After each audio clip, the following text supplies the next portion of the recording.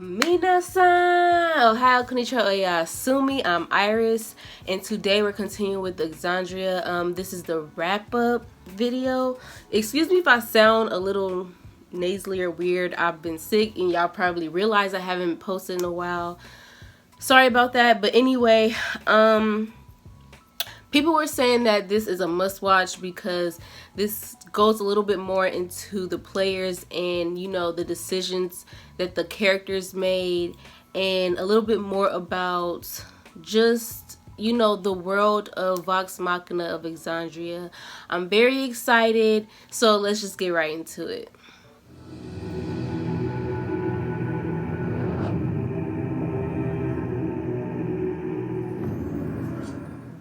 Well, hello, and welcome to the official wrap-up of Exandria Unlimited Calamity.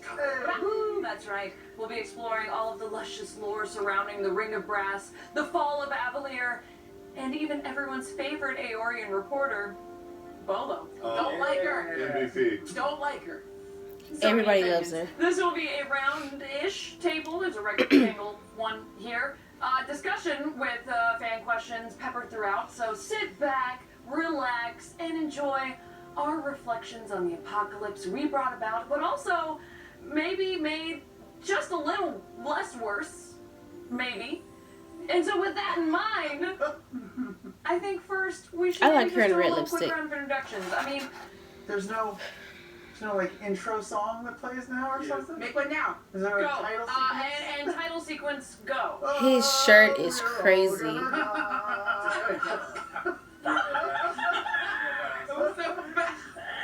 On the teleprompter, I saw the luscious ring of ass. What? I got real confused. Oh man. That should have been our name. Yeah. Ring of Ass. Well, now that we're back from that amazing title sequence. Yeah, I mean, I'm assuming most people know who we are if they, you know, watch 20 hours of us. But I guess, you know, Luis, maybe let's just go around and introduce everybody. I'm Marisha. That's crazy. It was that many hours, and it was one night. Hi. Hi, everybody. Hello. Luis. I'm Luis Carrazzo. I played Xerxes Elides. First night. I'm not sure what camera to. Hi, I'm Sam Regal. I was the voice of the That shirt is Herald's everything. Tone, Loquacia Sealy. I'm also a talented actor. Wow. And a fun fact now. Oh, we're adding fun So facts. on the third instance, we kind of added a new category of thing to say. Yes. Complimenting yourself. Yes. Okay. Hey gang, I'm Brennan Lee Mulligan. I was everybody else. Hey, accurate. And a fun fact. A fun fact. Camera back. And a fun fact about Zoom in me is that I am drinking a nice cup of Joe right now. Is that right? Well, it was fun. Yeah. It was a fact. It was a fact. It was a fact. It was a It was fact. It was a fact. Yeah. Also kind of a constant for you, I feel like. Ooh. You know. Yeah. We all fucking done talking. Dang. Yeah. It's like it's my turn. Oh, okay. What? There's a Had to dance? get up? What's happening? Oh my god, yes! I'm Lou Wilson. And for the past 20 plus hours, I played Nidus Akira, Field Master of the Moon Oh Side. my gosh. And fun fact about me, Why did they... I never had a piece of sashimi. What? You've never had a pizza sashimi? I've never had a pizza sashimi. Pizza sashimi? Yes, and I'm assuming you all have eaten pizza sashimi? No, I personally have never had pizza sashimi. Pizza sashimi. I've never had that. That sounds Sashimi horrible. Is raw dough with slices of tomato, Yes. uncooked cheese, This is not- and uncured ham. It's a classic kind of, they show it a lot in Shitty Barcelona. bruschetta. Yeah. It's real. Hey, it's real. Nope, it's not real. Hey, Google it. It's real in that those ingredients exist, but that should never happen. Hi. Hello. Hi. That's not a real food, right? Okay. I'm Travis Willingham. I played Sarah Abrupton. I survived. Cerritos Groupon. Cerritos Groupon. Yes. Better known as. I died. If you Google Sarah, you'll find her real name. Fun fact, I wore a black t-shirt tonight in an effort not to get food on myself when I ate dinner. Yay. Oh, yay! Challenge We the do that fates. sometimes. Yep, nailed Proud it. of you. Sweet. Hi. I'm here. Hey, I'm Maria. I played Lyran, Cora Marsili, Hierophant Adura, Architect Arcane. Fun fact about me, I don't think I've ever won a game of rock, paper, scissors ever in my life. Dang, that's actually crazy.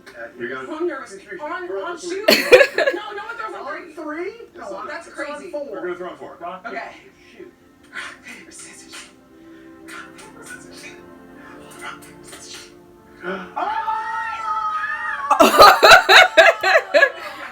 Documented. Yeah, you know what? I think Right. we won't get any better. That's the highlight of tonight. I love you. Kids, if you can dream it, you can do it. I'm Beautiful. actually Nobody wants it. Well, you guys, let's just jump into some of this hot goss. We're just asing questions. There's no Yeah. format, right? Not really, Okay. but I also am the one with the IFB in my ear, Okay, and I have a drive to move it forward. Okay. Yeah. Because I have a party that is waiting for me at the end. Sure. All right. Then kick us off. She's trying to keep them. She's the one to keep them on topic, Everybody, basically. knowing that this was the Calamity, did it change how you normally build your characters? Hell yeah. Go. Oh yeah. Oh man. I normally don't care about optimized play, but Brennan said we were probably gonna die, so I decided, fuck you, absolutely not. And I worked the hardest I've ever worked to build a very cool character that could survive as long as possible. Yeah, you min-maxed the fuck. Oh yeah, it was Out there. very fun when I finally saw like everyone's characters in the campaign, and I saw the HP differential between our two wizards, and I went, I've done a good job here. Yes, good. That tough feat, man. Yeah, With the, tough is dope. with the Arcane Ward, you more than doubled Patient, right? Yes. Yeah, yeah. I had 175 functional Yeah, HP. that's insane. Function. Oh, Yeah. If I ever use the arcane ward myself. Wow. Got it. Yeah. Plus that little like workaround to rebuild the arcane ward with an eldritch adept feat. Anyway, it's the nerdiest I've ever gotten about a build, and it was very fun and good. Did you like research that? Did you, Yeah. like Google like how to break wizards? How to break Yes, wizards. like lots of people talk about it all the time, and then I sat down with my friend Trevor, who also is like very good at D&D. I was like, okay, here's what I'm working with so far. Help me optimize this. And we worked for like 4 hours. That sounds fun though. Yeah. That's sick. When we were building out the characters, you sort of said, Brennan Lee Mulligan, GM of EXU Calamity. You said we could just have, like, was there a limit to how many items we could have? You were just like, now I know why you said this, but you were like, Yeah, just pick blow up yourself up. And that scared me. It does, It like, felt like I was cheating, so I only picked like 2 very, very weak items. I think I picked like a wand of smiles. wand of and smiles. Like a +1 ring of protection, and I felt guilty doing that. But then I looked around at y'all. You had Yay. everybody had Oh, like yeah. all this shit. You had a strength of 56. Yeah. She's like, well, You were all stacking shit. I didn't have it. I felt guilty doing it. But now I know why. You were gonna taketh away everything that you gave us. Don't trust Brennan gifts. yeah. The moment that Basically. Luis like dropped in our Slack though was like, can I take a Holy Avenger? I was like, well, he asked first, so now I feel like it's paved the way, free reign. Yes.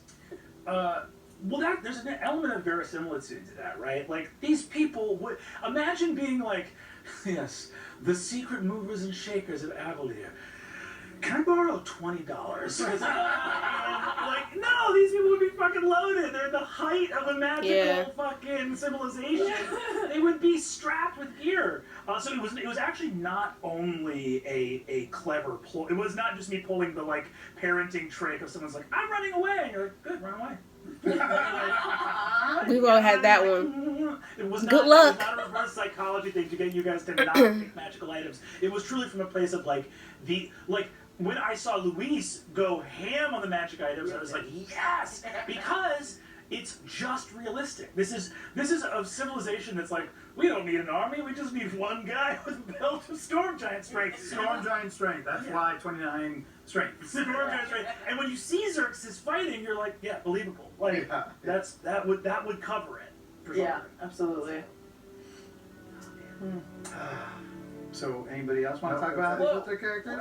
Me? Yeah. He's chilling.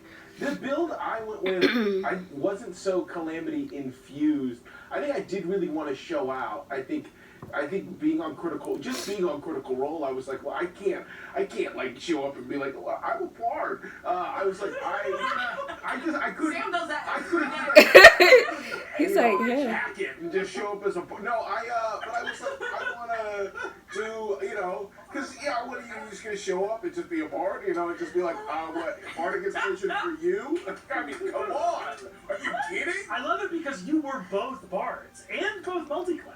That's true. I multi-classed as Warlock because, Brennan, you said that would be a good idea. No, I think I came into it, I was like, I've done a bard. I gotta do something other than a bard. But it's also level 14. I don't want to learn a brand new thing. I don't want to learn sorcerer or wizard. Like, that's complicated. So I'll do what I know. I'll be bard. And you were like, well, you could flavor it a little with something else. And I think you gave me a couple options. And Warlock sounded okay. And gave us a really awesome connection. It did. Story-wise, not only for the game contained within itself, but also... And they just felt like two completely different type of the connection characters. The Steely Court. Yeah, absolutely. Yeah, that was a well-researched connection that I definitely spent a lot of time researching. Oh, really? And talking to Ashley about, and or maybe it was Brennan saying, "Hey, who's your Warlock patron?" and me going to like the Critical Role wiki and just not the looking wiki. up, Fey creature, Fey characters in Critical Role lore, and seeing the word Sealy and being like, "Great, done." Like the first name. So you were a bard, Warlock, and you were like a bard. I was a bard sorcerer. Bard sorcerer. Yeah. I was a sorcerer, 10 levels of bard. Because I really wanted splitting spellcasting classes meant that I couldn't cast above a 5th level. But I had those. Or I didn't have any spells above 5th level, but I had those spell slots. So I used magical secrets to get some sicker shit. Yes. That What did you get? that was the dragon spell, the summon dragon spirit, Which that was turned into awesome. Shaq, and the cone of cold I used on the one time at the very end because we never took a rest of any kind. No. And so All the GMs out there, fuck a rest. They Wow. don't need them. They don't need them. Chaos. Let us rest so we can do some more cool stuff. This is the Multi-class. first time I've ever multi-classed. It was really fun. Really? Yeah, I got access to all sorts of other cool stuff. I also used magical secrets to get some cool things. It was great. It was fun. This is something interesting when I think about multi-class characters. What class do you think your character started at first level? Ooh. I picked sorcerer for that. I was like, oh, Nidus is a magical person who didn't really tap into that side, and so didn't grow much more. Didn't just kind of think about himself as being magical and work with that. He instead used what little magic he had and kind of navigated it through the lifestyle he lived. So I went starting 4 levels of sorcerer, finishing 10 levels of bard. Interesting. I think similarly, Loquacious started as a warlock for, I think it was only 3 levels of warlock and then 11 levels of bard when he found his calling, found his true path and what can bring him fame and the adoration of many. Oh, stop. Hey, quick, Marisha, before I forget, what was Paisha's Oh yeah. schools? This magic class, enchantment. There we It go. was enchantment. Yeah. Yeah, she was a full-on, pure, all the way enchantment wizard. So it didn't really, because the enchantment wizard's perks and abilities is that you can you can split your enchantment spells and do multiple targets on single enchantment spells, but it just kind of didn't really become super relevant with what we were doing. Yeah. And by the time we were fighting, I wasn't going to be like, well, hang on, let's talk. So it just kind of didn't really become super relevant. But my thing with Brennan, like the way that I just broke the class and just made her powerful, because I wanted to have her be super knowledge-based and have this orb that she had where she just stored everything, and being the leader of the library, I was basically like, can I just take, like, all the spells? I know there's a limit. Can I just add, like, 10 more spells? So I just have a lot. And you were like, yeah, you like, theoretically, you could just pull from... You're like, yeah, well, You could just Google it in the middle. God. You're not going to take a nap. Go ahead. Yeah, fine. Exactly. sure. Right. There's, Good luck. there's a weird, this is a bizarre tangent, but literally to what Travis is saying about, like, yeah, sure, go for it. There was that attitude of, like, because I think GMs and DMs can be stingy with stuff that they don't actually need to be stingy with. You know what I mean? Like, your character is the Keeper of Scrolls for an entire city. You would have an infinite spell book. You would have all the spells, every spell there's ever been. It would be bizarre for you not to. And I think that you need to be generous with that stuff. There was a kid at my old summer camp who was a young adventurer who was obsessed with elves. He was like an 8-year-old boy. And he was like, in the game, can I be an elf? I want to be an elf warrior. And I was like, so cute. And he came up to me and he kept asking me, like, can I have a laser gun that only elves could use? And I was like, well, that might not. And then he came up to me and was like, can I have the power to walk on snow? Like, On woods? snow? And there's that instinct you get. There's an instinct you get where you want to say no to requests. But then I looked around and I was like, it's the middle of July. And I was like, you can walk on all the snow you want. Oh my walk all gosh. over it. You're a snow walking master. So like, like finding those things that it's like, yeah, that's not game breaking to give someone access to all those spells in that way. Yeah. Yeah, it was cool stuff. We need to talk about this bird, though. How did you walk into the Age of Arcana and be like, absolutely no magic? I know.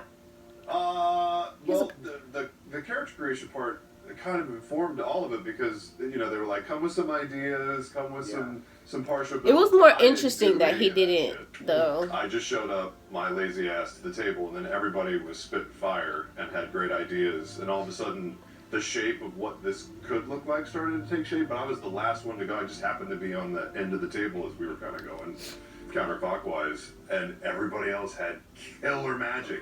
You all were super powerful with magic. I was like, well, you gotta have the one guy that's like sharp, pointy things only, right? And then I asked Brennan, I was like, what's a really good like investigator? Like, what would be really good at finding out details and trying to like keep a check on all this? That ring magic came in. He was like, Inquisitor Rogue. Like, so the more you build that out, the more you I realize like you're that. really good at like being slippery and not getting hit. But if you do get a hit, it's one really good stank one. Which was nice. Yeah. Which was nice. One thing I do when I build characters is I start like with an item. I don't know why. Ooh, okay. Like when I built Ford, what's the store on Magnolia here that has the old wardrobe departments like drop off? It's a wrap. No, it's a wrap. That's right. I went up there for Halloween one year, and they had like Dracula Untold had put like all these clothes there, and I found these dope greaves. They were like these silver folded greaves, bought them on sale or whatever, and that was how I built Ford. Was either started with like these forearm bracer greaves, and then everything came off of that. So when it was Inquisitor Rogue time, I was like, okay, it's got to be an awesome weapon. Yeah. It can't just be some normal shit. What is there? And there's this Navy SEAL named Jack Carr that has these hawks, these Winkler R&D hawks that look like the craziest things you've ever seen. And I looked them up, and they're part of this Sayat Kali fighting system in the Philippines, which led to the Philippine Eagle. And so Oh, it just wow. rolled, and that's just how that started. But like the eyes of Avalier and being the site warden, all that stuff just came together so beautifully. And it was just nice to have one non-magic person that's just trying to make it work. Yeah, absolutely. Oh, yay! It definitely felt like a little this like Who Watches the Watchmen type of element of like, let's have this one person who's a little bit more grounded And he did have some of those moments where he was asking them questions like, "What are y'all doing?" Perfect. Because we were talking about this before we actually started. We probably should say it, but when the first episode started, you guys were just in it. You were talking about your magic shit. You were in the city, and I felt like there was a rapport among some of you, and I felt like I had missed like a meeting or something because you guys were just comfy and talking about the city and how it works, and I was just taking notes furiously and trying not to get lost.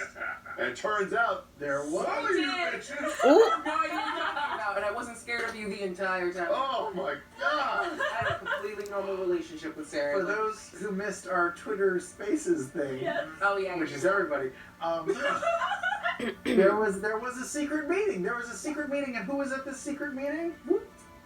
We had a few secret meetings, but right? But I think, yeah. And what did you guys discuss? Kind of just how awful we were. Wow. Truly. That was mostly the topic of discussion, which was like, how nasty are you? And it was fun to be like, I had gone and be like, all right, I'm gonna be a little nasty. And we were talking, and immediately Abria and Marisha were like, we're nasty. And I was like, oh, okay, we're nasty. And then we turned out to be really nasty, nastier than even I planned. So much nastier. But yeah, that was most of the meeting was agreeing. But I usually like seeing that, like, they're not gonna be perfect, especially with all this power they have at their fingertips. Basically, I was like, hey, the replenishment, this is what's supposed to happen. 25% of the city's ether is supposed to go to the Galvashari. The other 75% supposed to go into the ground and replenish the replenishment, all of Dominus. Is that really happening, or what's happening to that city's energy? And we were all like, yes, yeah. And just this flurry of like stuff. I think there was one point where it was like, I was like, okay, you tell me when I go too far. People extending their lives. Maybe there's a magister who hasn't shown up in a little while. Maybe he's a lich and not telling anybody. And that didn't even raise an eyebrow. Yeah. You were all like, that's fine. That's fine. Thinking, That's fine. Yeah, like all good. So it was very the whole network of like someone like intercepting with the Septarian and the whole idea behind Pesha of someone who had found a job like a Senate parliamentarian, had found this job and been like, oh, people think this is not important. It's about to be incredibly important, and I'm going to flip this on its head.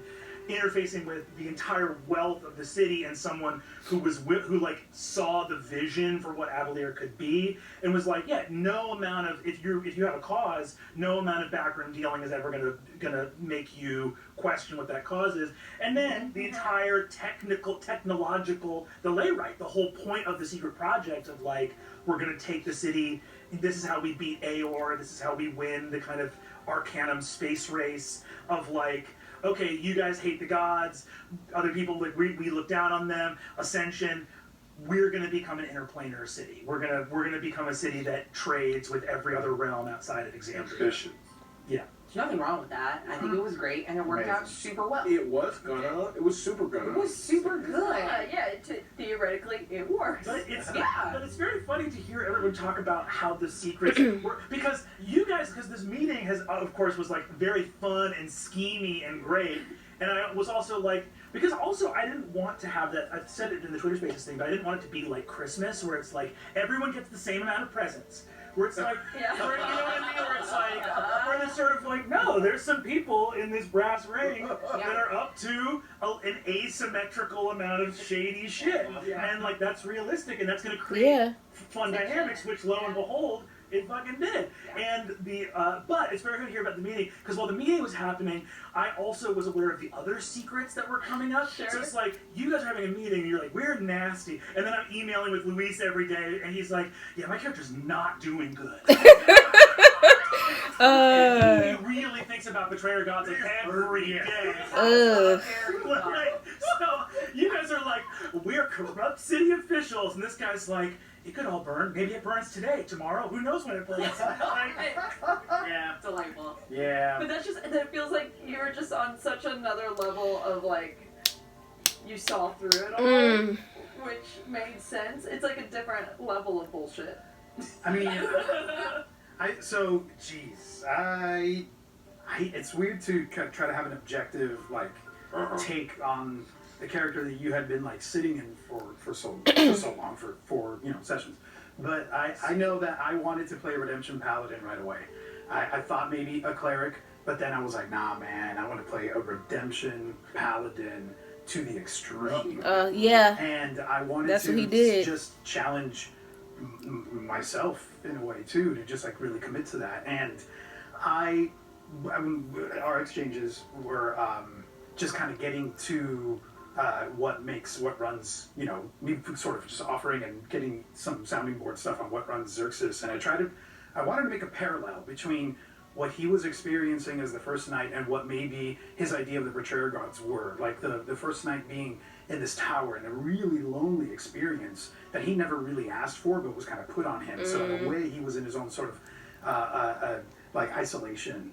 And so I wanted to create something that would make him connect to the experiences of the Betrayer Gods, and then really crazy, extreme redemption paladin. And I don't know, I mean, I guess he had secrets for sure, but him saying that makes me feel like, because he said he happened the day Did you of. ever tell us? Yeah. About, but yeah. there were two moments. Oath of Deflection Paladin. Two. Oath of Xerxes. Deflection. Yeah. Yeah. Never answered a question. Got the whole zone of truth and was like, and let me not tell you about it. Yeah. So let me tell you, Is it true? That motherfucker. the two moments that I was like, I think I'm gonna lay it all out on the table was in the second session why I was looking for Nidus.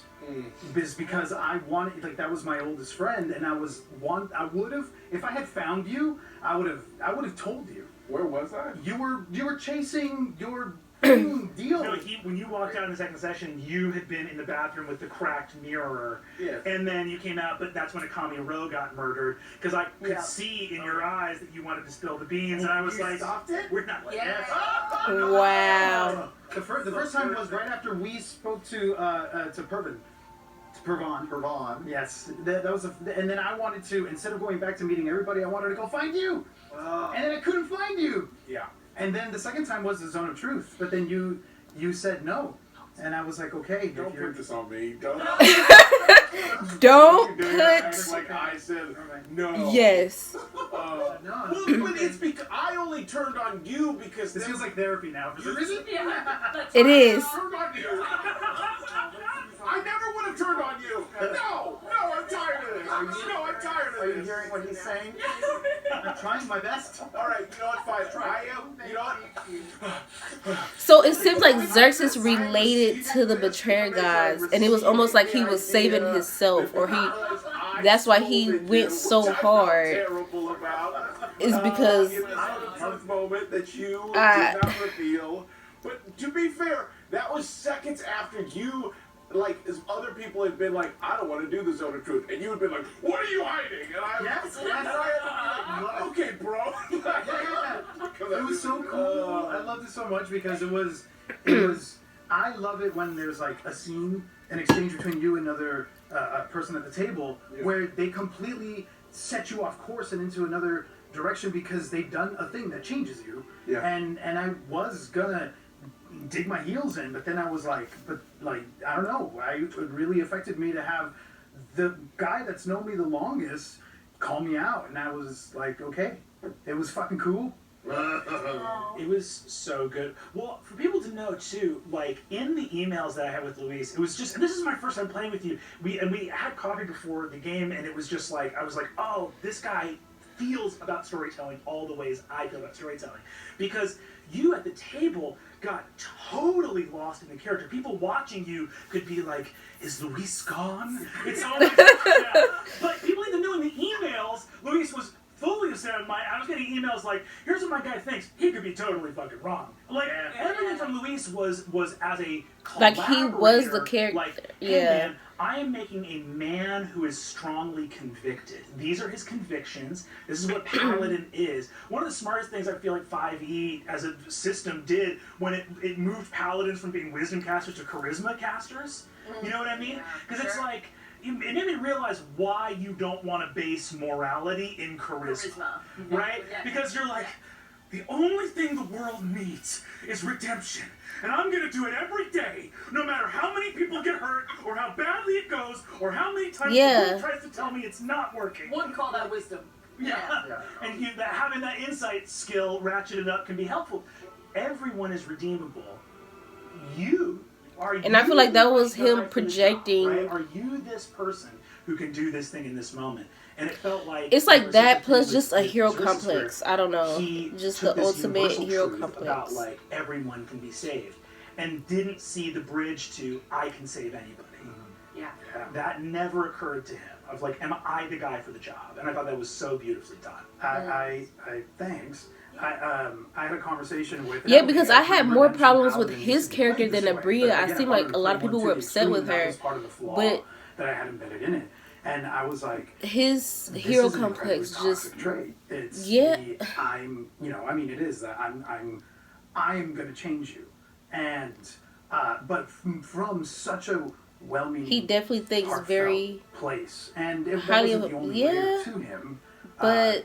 Because I also wanted to play someone who's like Brendan said, are you that person though? And you're making it seem like there's no other option but you. Synthesize together, but they don't have to coexist. So yeah, he played the character very well. I wasn't really plotting like the nastiness. I never felt nastiness from him. Let me embed it into this blind spot and have this person who is the most well-meaning, the goodest person in his own heart, and let's give him this like flaw. And this blind spot. Yeah, well, and you're kind of talking about the flaws, because even, us sitting around the table, me, Lou, and Bria, and being like, we're going to get nasty, in the same way of you being very cognizant of Xerxes's flaws, we were kind of in the same mindset with, like, we know we're being shady and shifty, but our characters, at the end of the day, are like, this is justified, and we are doing it for the good of the city and the greater good.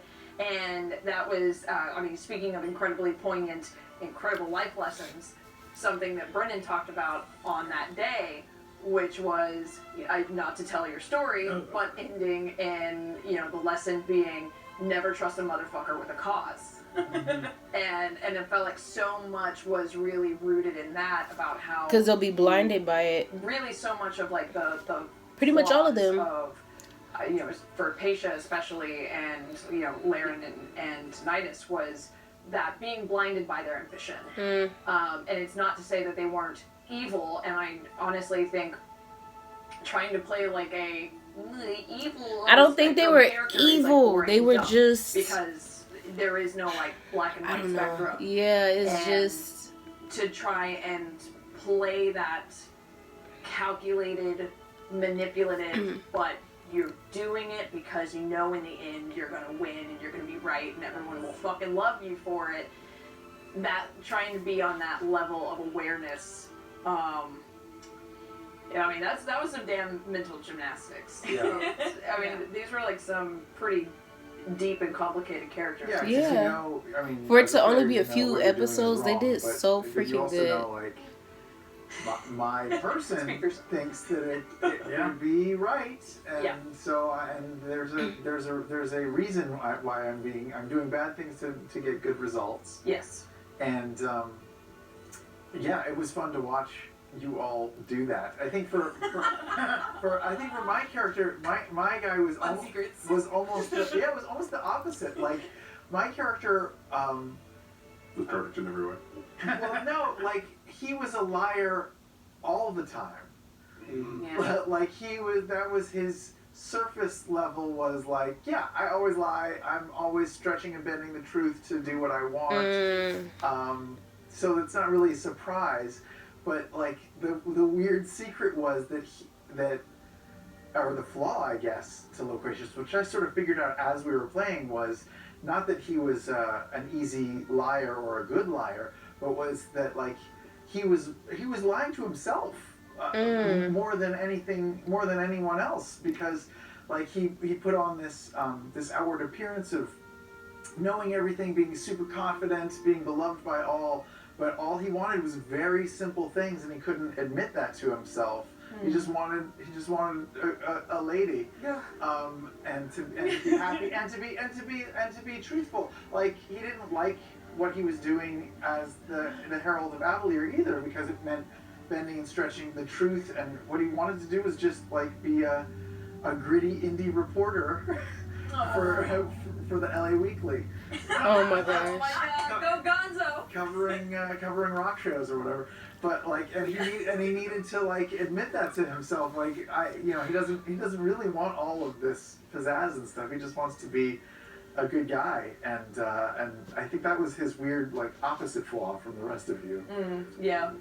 Meanwhile, Cerritos Groupon over here had no flaws. He was a bad dad. Was he though? He wasn't a bad dad. He was a workaholic, I guess. Right, but that's just catching him on that day. So that day he had a good day as a dad. I think the years prior to that were severely less. What happened to the wife? Do we know what happened to the wife? Yeah, so what'd you do to her? Were you guys divorced? I just didn't pay any attention to her. So Yeah, he was a The workaholic. implication that was there was that Rain and Sherritt were not doing great. Yeah. And Right. we're split up. Was she and her sisters or what? yeah, she was. It was one of those things where he was obsessed with his work. He had a high station in the city, but while he had his eyes on everything else, literally everything outside of their house, it wasn't on her and it wasn't on the children. Yeah. And she was like, "I need. This is my idea of her. She was like, I need more purpose. I'm gonna go find that elsewhere. And until there's something for me here, I won't be here." I'm sure he was like, "Okay," and just went back to work. Wow. Right? Sheesh. Just totally blind. That's right. And all that stuff. And so, I feel like I think it's always interesting to try and put a little part of yourself into characters. And so as like a new dad, one of the things I'm always fearful of is just working so much that you'll miss parts of your life. And I definitely pay attention to my wife, but you worry about... Way to get that in there on tape. Oh I my see god. you. I love my wife. Heart emojis. Scared my kid. Just being Oh like, my gosh. You don't want to miss any of that stuff. And so I think in that last day, it wasn't about who he'd been. It was like who His can you be if regrets. you get one last chance, right? Like the old question: if you had one day left, what would you do? I think also like with Sarah, there's a part of me that really loved his presence in the group because there were shady people. And if Travis, when you said like you pitched your character on, it's like I want to be Jor-El, I want to be the guy that gets his kids out of there. I want to be tapped into like Vespin, Chlor. Like, there were a couple of different. Everyone made a choice that helped lift the story up. Being like, I'm into the Betrayer gods, and I was like, well, they're pretty important in this time period. That's very helpful. And for you being like, I'm on Vespin Chloris's trail, where it was like, I was like, thank God. I was like, great, that's how we tie Vespin into this thing. But what I loved in terms of, if you had also been a shady motherfucker, right? Then we have a group of people that are doing shady things. Like even Loquacious, his very first scene, he's influencing an election. Like he's not involved with the ether scheme, but this guy is shady as hell. He's incredibly corrupt. And having one person who, if you had also been corrupt, people watching at home would get to go like, oh, that's what happens when everyone's bad. Not like me, who's good. And you were good and also didn't stop Calamity. And it was really important, I feel like for me, to have one character who's like, yeah, he's not backdealing ether, he's not influencing an election, but his attention's not in the right place. And at the end of days, that matters just as much. And it was interesting because I wasn't privy to the Council of Three.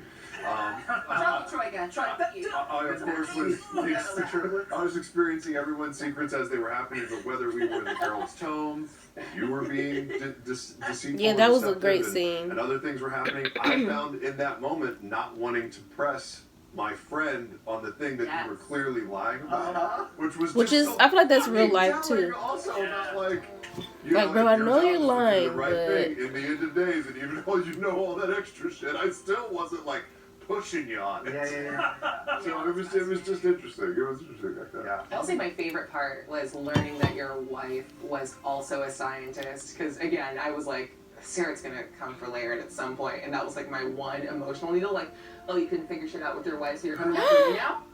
And I was just waiting for that, and it never came out, which is great. But like, God, what That's an fighting interesting words. character to, like, you know that there's something big here, and you have to go, I'm gonna pay attention to this other thing and hope that somehow allows me to sidestep what I know is bad in my own front yard.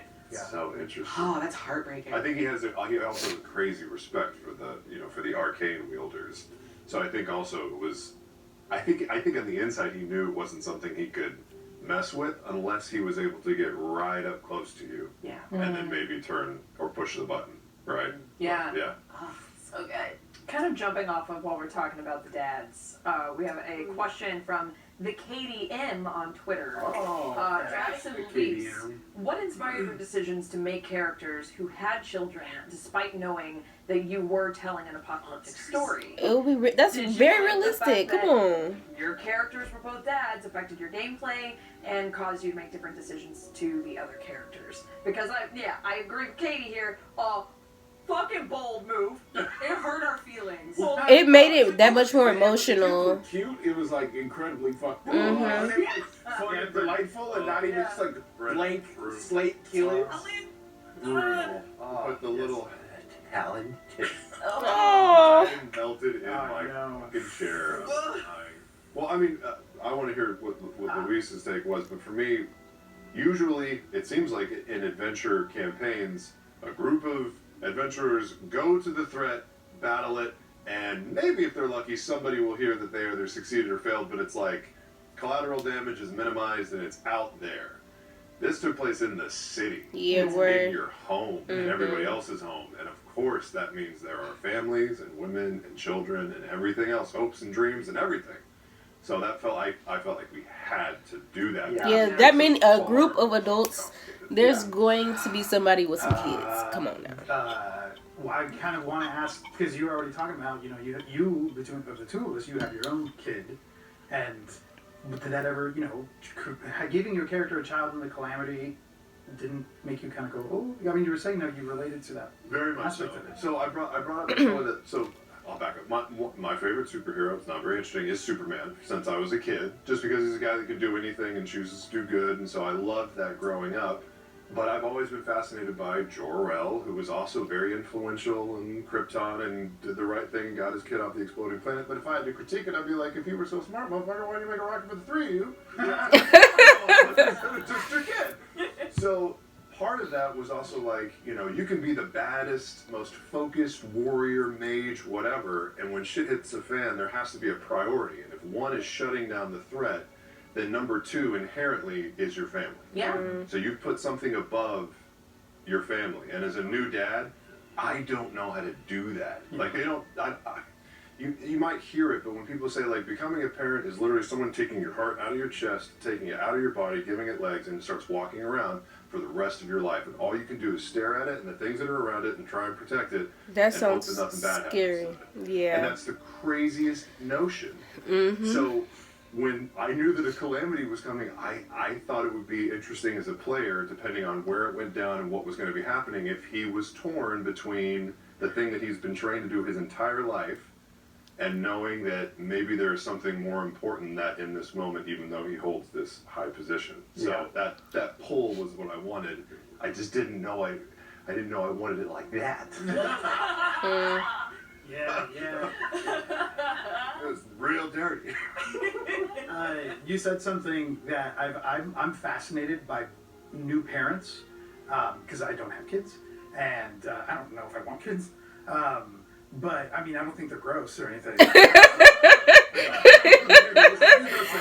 They are. Until you started it. We did think that, but they are as You're gonna get poop on yourself.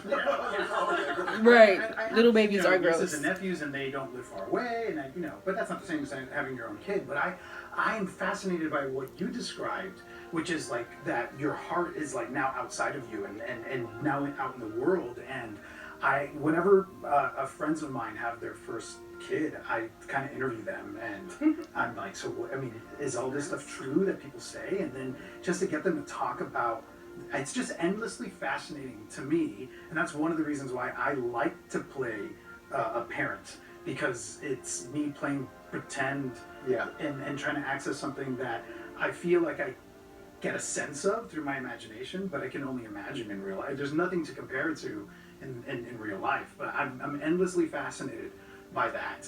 And so it just made sense for me to have, and I wanted to have a kid that wasn't mine. I wanted to have that, again, to kind of parallel the relationship between the gods. I think I had told Brendan, I said I kind of see the story as like a story of like fathers and sons, and in a sense, and so seeing like the betrayers as our fathers and mothers in a way, and then I have a kid who's not mine but is mine, and I've never like explored that, so it was cool, and I'm glad that you said another instance where he compares himself to the gods. I literally imagine my heart leaping out of my body and then taking form as a kid, and that's gonna be fucking cool. Very powerful, and to hear an actual, to hear you say that, it's really, you can feel it.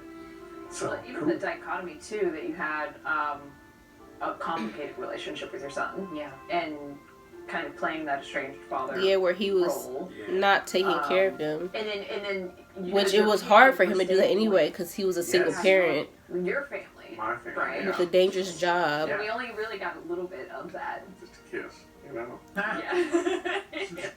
Yeah, that's just some, yeah, I mean, that was something we talked about. That was something I threw out, I think, because I knew Nidus wouldn't have an actual, family, but I liked the idea of, I liked it as a representation of how close we were, at one point in our lives. Where his brother would take care of his son. The three of us were some kind of triumvirate to the point where you were like, yeah, he'll be he's part of our extended family.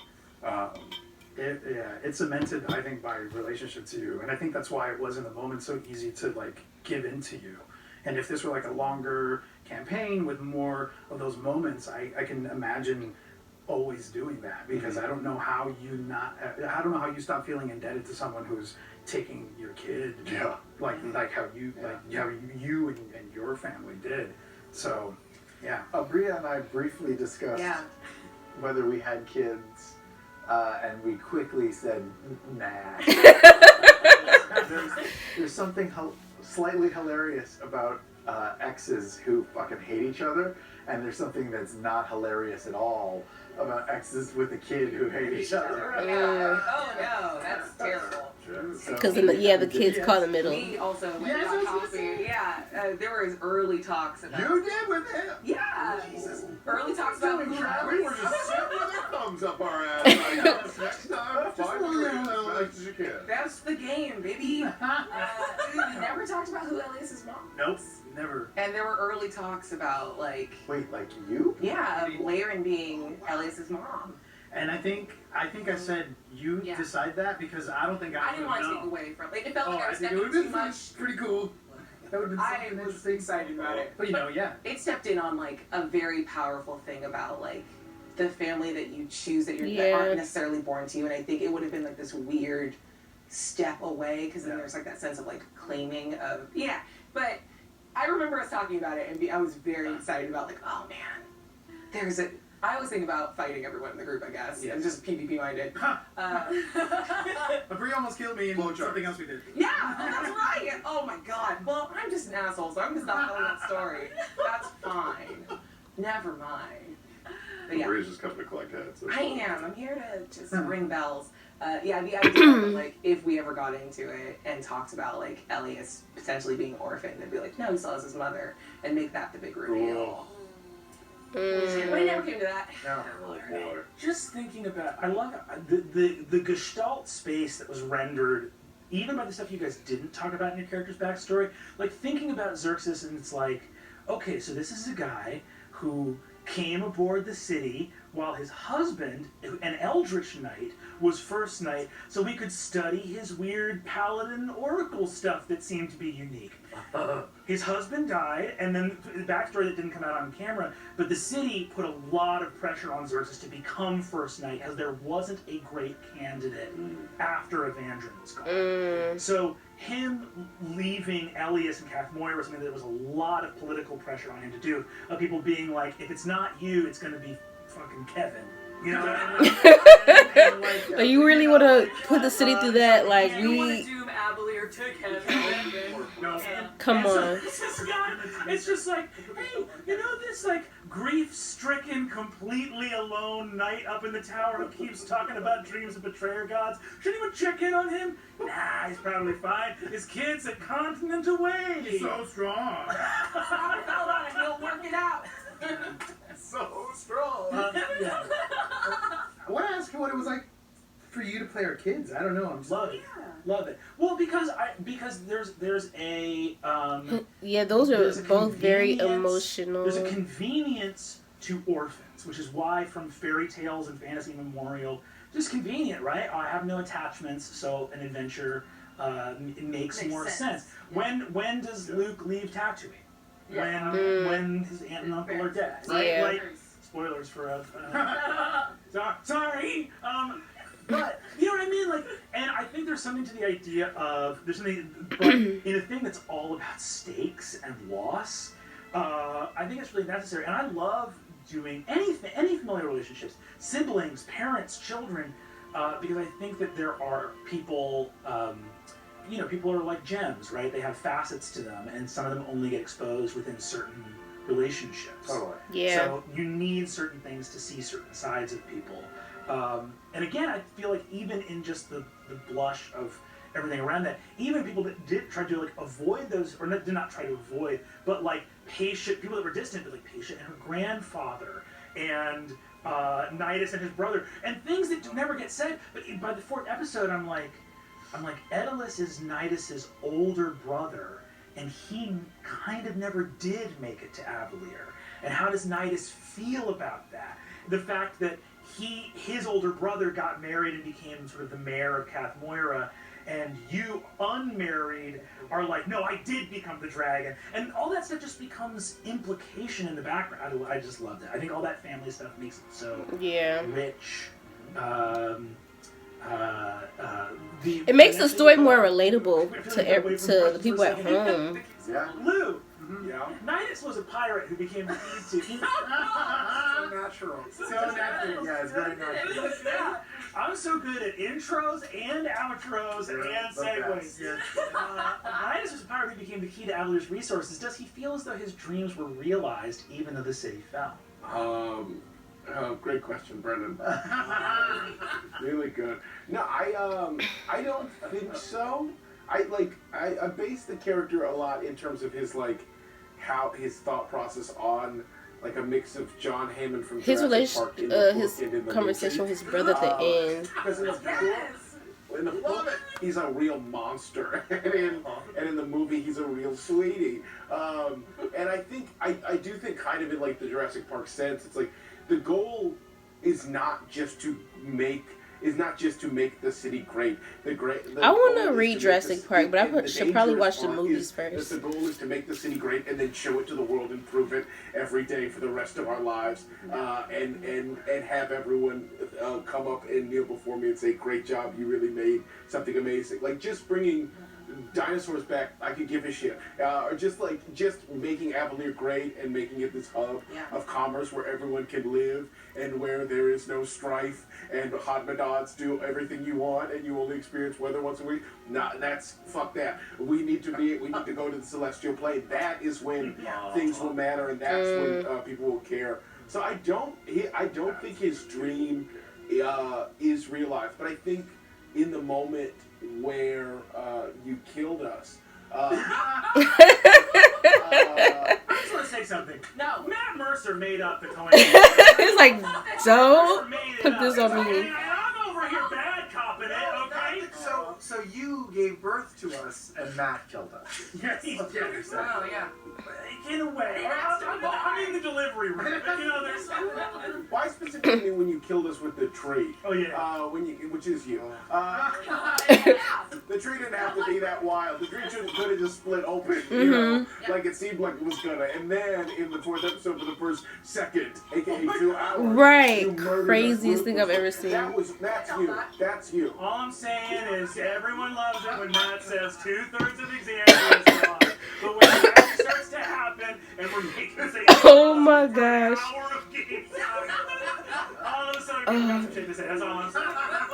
Jeez. But in that moment, I do think that's Nidus's moment of being like, okay, the ambition was is too much, and right now there is something to lose, which is just what Avalier is, which is a community of people doing great things, and that must be preserved.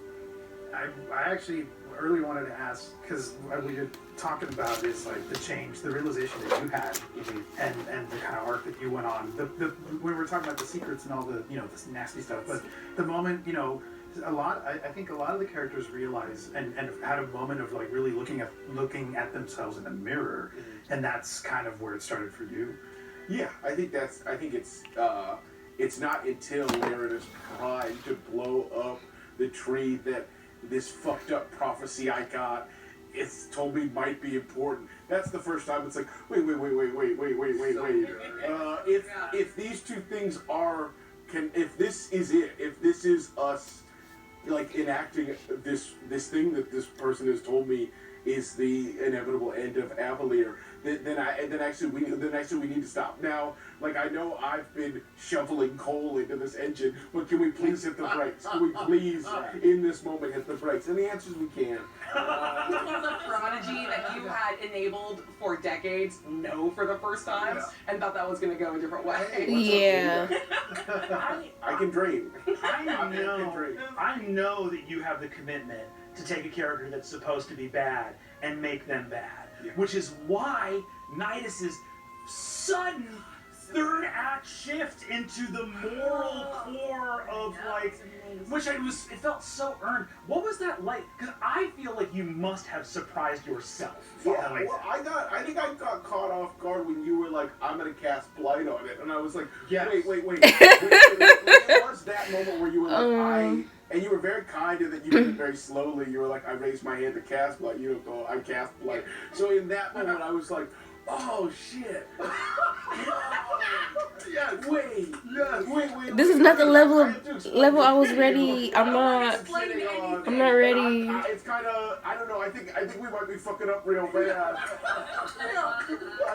I know people were rolling inside checks to figure out if I was telling the truth or not, and you could tell I was lying and you didn't ask about it. But now I don't want to talk about it. I'm sorry. I should have told you. It was a weird thing of being like, all right, but then also quietly knowing in my head that I'm like, well, if even just me saying it is not enough, and then it came to blows, and it was like, oh, okay. But it was the first hitch of you being like, I'm gonna kill it, was me going, wait, I have to tell everybody this thing and what this means. And then when everyone else did back down, when that didn't work, I was like, oh, okay, well, I have to try and stop this. And this is now on me. You gave me this prophecy, and now I'm the only one who can do anything about it. Without a saving throw, to watch a prophecy actually drive someone to panic, you know what I mean? It happened in real time of the thing. It also was very, I don't know, I just love these characters. I love all your characters so fucking much. And I love that of the shady, of the trouble troika. Of the trouble troika. What I love about it is Nidus's story. All of the three of you in your present time are so well matched with each other. But there's a fucking difference, because you're both elves and you're from the sky. And this dude, I feel like there was just something in Nidus of yes, I'm supporting it. The Layrite, the Ether, let's do shady deals, let's do stuff. And then there's a sudden moment where you hear this prophecy, and a kid who had to fight on blood-soaked docks goes, wait, guys, it can actually get bad. I know that the real world's coming. I'm telling you, things can get bad. It felt so wide. It was just such a cool transformation to watch. Yeah, we're coming from privilege. We're like, bad. Yeah. What is bad? Bad is when the water heater broke. Talk about this when I'm done with this tree real quick. Light casting. I felt like I was 4 seconds behind everything everybody was doing in terms of all of that stuff. And when you said blight, I was like, wait, no, I'm not here. God, you're gone for all of that. Yes, he was chilling. The luckiest guess. I was like, I kind of like this spell. Maybe I'll get to use it. Oh, a bad tree. Christmas. There is, I will say, in the pantheon of pulling the heart through. That whole scene was freaking amazing. One of the very nice things that was very sweet about the show, puts Sarah's decision to leave up there in that. It was been there. That would have been a total fight if you were there. You could have stopped a lot of shit yes, from and happening. you leaving was. I remember like you leaving, and I was kind of like, we'll get him later. Oh my I was gosh. actually like, it's fine. It Hey, was. What's up? Something really bad's gonna happen. I'll come back. All right, come on, guys. And then to have it be that we're fighting, it's like, oh shit, he should be. Why am I holding person? Right, I need someone So else if you who had has some sense walked in here. At that moment, Yeah. with your pizza box and the fire going. That meme. Well, like knowing what you knew at the moment and your suspicions of everyone, but especially Mrs. over here, who would you have gone? Who would you have stopped? What side would you have taken? Who would those hot hawks have gone straight into? I mean, it would have depended on what he walked into, but Paisha and Laren were 1 and 2 because I just assumed That's that your Xerxes- man! Yay! The people you love and trust. No, that the I would most? try to take Yeah, and Xerxes would be like 3, but I would assume that he, wasn't trying to fucking be a friend of betrayer god. But Nobody I also would knew expect that Nidus, with all craziness. that bard shit that I haven't seen yet, because we hadn't really, we hadn't rolled. I didn't know what he, what was capable of coming out. There was a chance that it was just going to go bad. And what was so interesting was that I made the choice, just on an RP thing, to go after the kids and stretch the story that way. But as soon as I left, I was like, oh, I'm going to let them fuck each other up and come in when they're tired. That's very good, actually. That's way better. Oh my god. We have a fan question. Oh, yes. Hot off the presses from Andrea or Andrea. It's Abria or Abria. Correct. Was Laren's urgency to get the astral lay right done before the next apogee solstice only so that she could fix or focus on her relationship with Loquacious before he was gone? Question mark. Or was there something she was hoping to do on other planes she was working towards that involved him/me as well? Aw, babe. So what were you up to? Sweet. I think the drive to get it done in this one was suddenly realizing, her introduction was, hey, this is not only going to be your best shot, but it's even better than you were hoping for to pull this off. So everyone has over-indexed for how focused she was in that moment, but if you get the best news that you have your best chance of success at pulling off something that you've worked for more than a decade on, of course that's the thing you care about the most. She wanted it done and taken care of because, yeah, in that sort of type A personality, on the flowchart she was get the lay right done, fix your marriage, or at least repair that relationship so that it can be as good as it can be again, because she knew that she still had feelings for him. But the lay right came. But the lay right came first because Came due. it needed to get done. Yeah. It was a time-bounded thing. Yeah. I think everything past the planes, there was no I want to send him home to the Feywild. That was just her, the little dream in the back of her mind was, once this is done, we can go visit your home together. There was And a lot that'd of be a lovely. a lot of our characters once we get this, we can focus on the real stuff. Yeah. Exactly. Just this one last. It's one last thing. Yeah. I can rest after this. There's nothing That's more how it is fun. in real life too.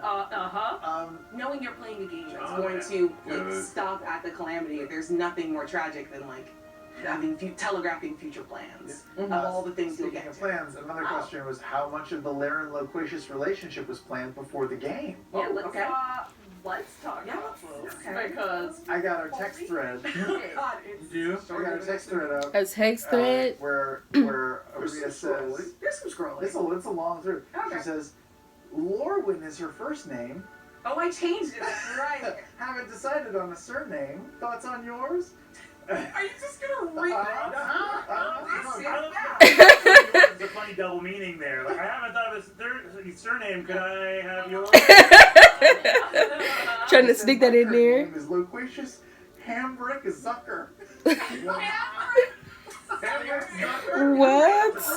You absolutely wrong. I could have had Loquacious Zucker. Hambrick Zucker. Like a hambrick. Now it will never happen. Wow, that's a different game. That's a whole nother person. I hate him. Yeah. He is. I don't want to be married married to have been married to that. Thank you. Thank you. We made some better choices. That's a no Hambrick Zucker having a race Right, that's just 6 words, man. like, just Hambrick Zucker is a name with like a charisma of 6 and a constitution of 22. Like, Hambrick Zucker is definitely like creating his own cryptocurrency. Think of a brick. Oh my gosh. And how durable that was. My very next text on the thread is, maybe I should simplify my stupid ass last name to something much more fey, since that's where I'm from. How about Loquacious Sealy, implying that I'm from the Sealy court, like Elmanor? Wasn't that something you did with Fern on EXU? That's very kind. I was like, Much better. But to answer the original question is how much of the relationship was planned, we figured out like a timeline. yeah. How many years we were married, how many years we were not married. We figured out loosely why we had split. Yes. And this one here was like, hey, is it okay if I was the reason? Yeah. Look, we had already met in our little nasty gal meeting. I was like, I want to be the bad one. Yes. Yeah, I'll do it. I did it. What I do? And I was like, well, no, can't we both be at fault? Yeah, so we were. Look, I'm just mad because I came away from our text conversation going, what a fun bit this will be. And then you proceeded to fucking knock me out with emotion every 20 minutes. Right. Whenever I covered my full face with my hands, it was because I was fully actually crying. Like, what is he doing? These are feelings. That was a discovery. Honestly, it was planned as a bit. Like, we were just going to be sniping at each other.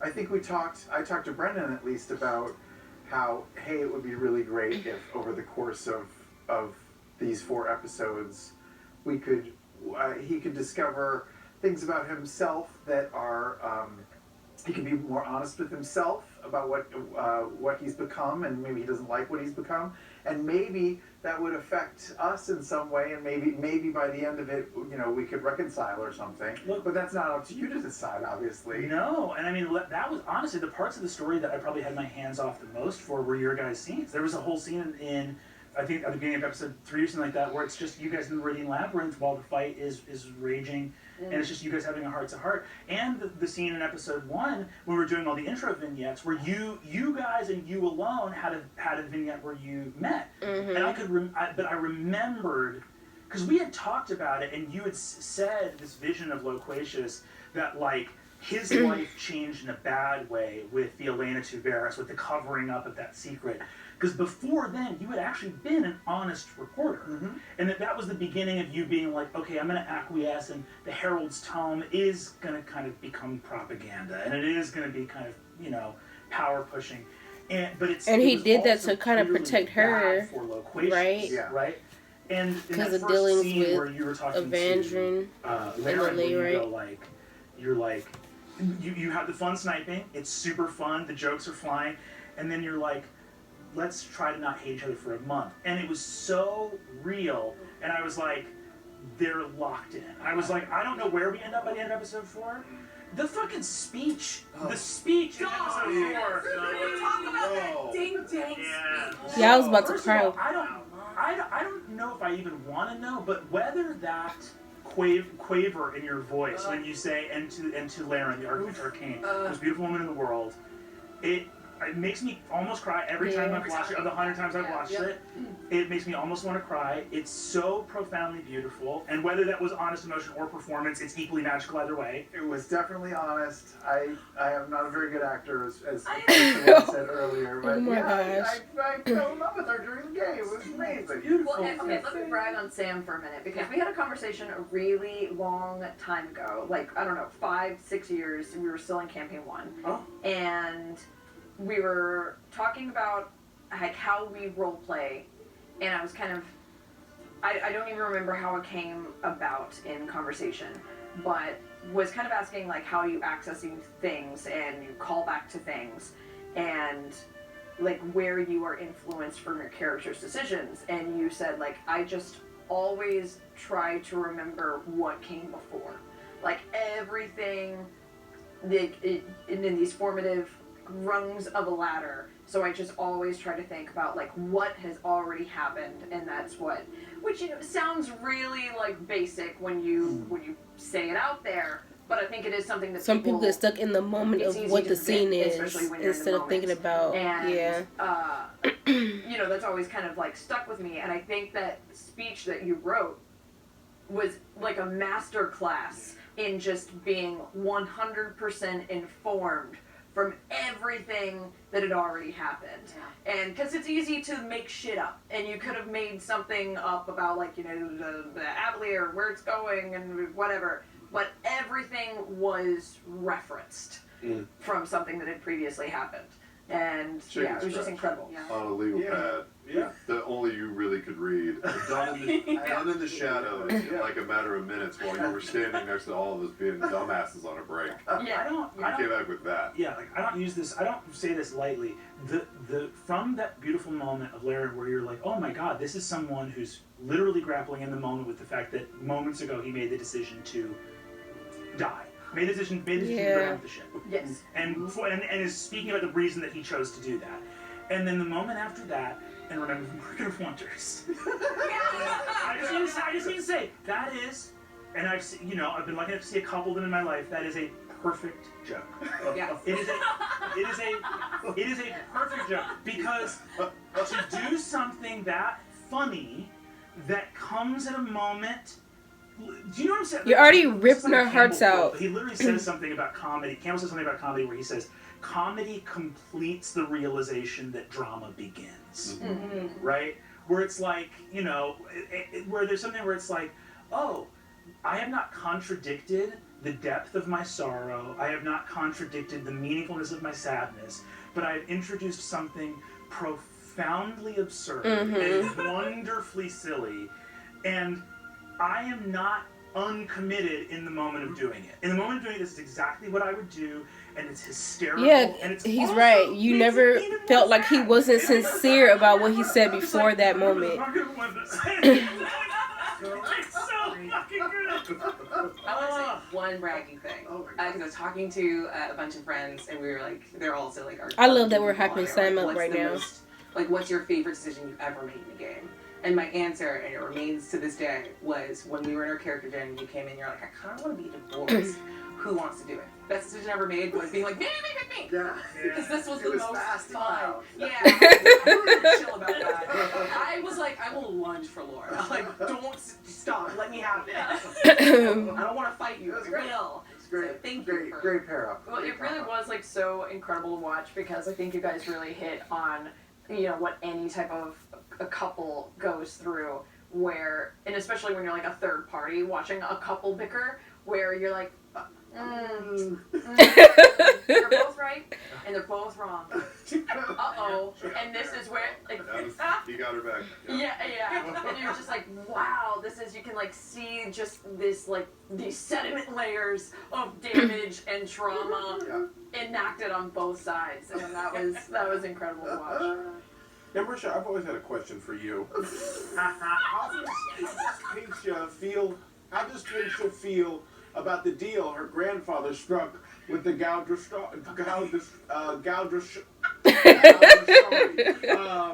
I can tell you've been sitting on it for like a while. You know, it's funny. Me and the boys, we've been talking, and we've been wondering, what are Paisha's opinions about her grandfather and a family name? Oh my gosh. Wow, yeah, you know, excellent question, Blue. Oh man, I don't even know where to begin with this.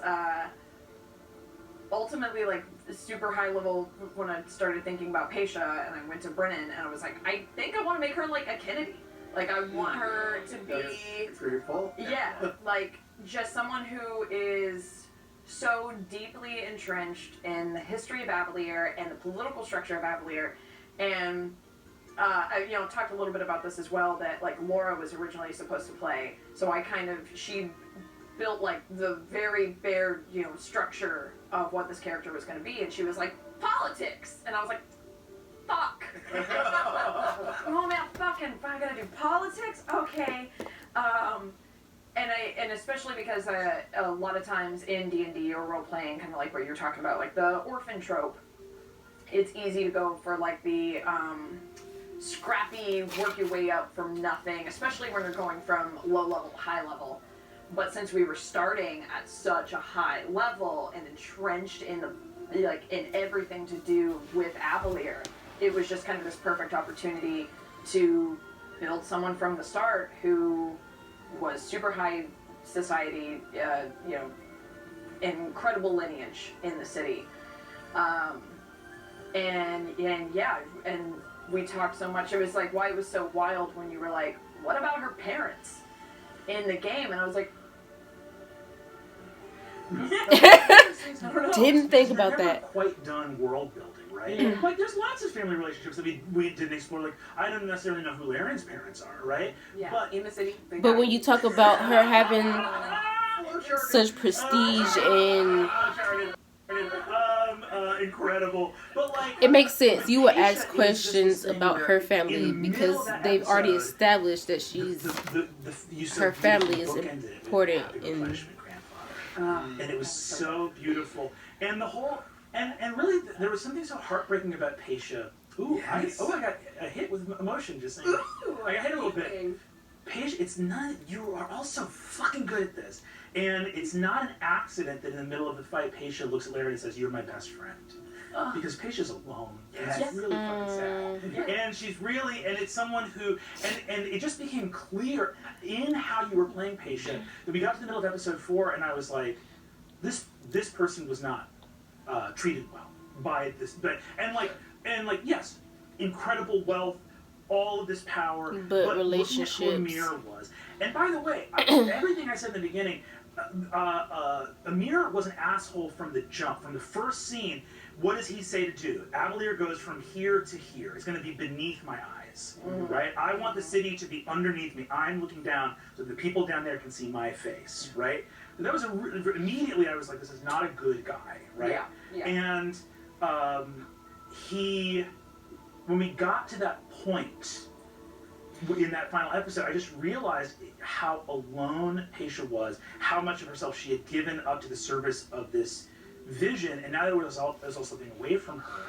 And especially as everyone was kind of like Xerxes had gone to Kath Moira, Sarah had gone to get his kids out. Loquacious and Laren were finding each other. Even Nidus fucking had Alexander. There was this thing with Paisha where I was just like, who does she have?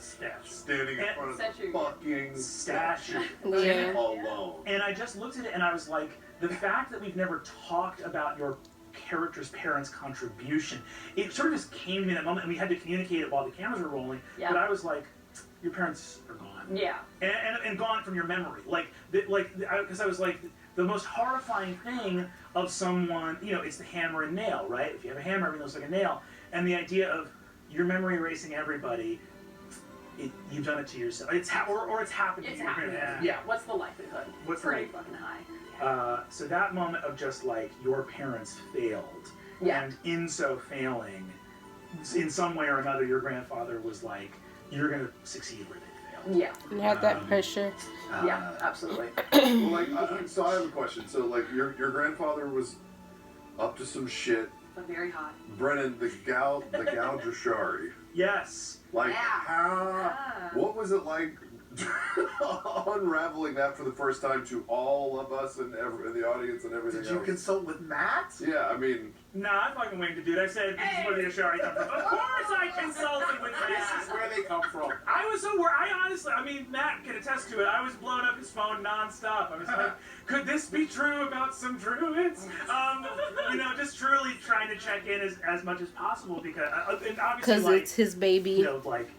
The guy's doing the entirety of planning for C3, so I was trying to make it as short and concise as possible. But essentially, I was like, okay, for this, I think it started with the primordials. I was like, the primordials are sealed because I was trying to be like, I want there to be apocalyptic stakes here, but we know our betrayer gods are focused on Vasselheim, so they're not rocking up to Avalier. Avalier's not their priority. Yeah. So how do we make there be some stakes here in this moment?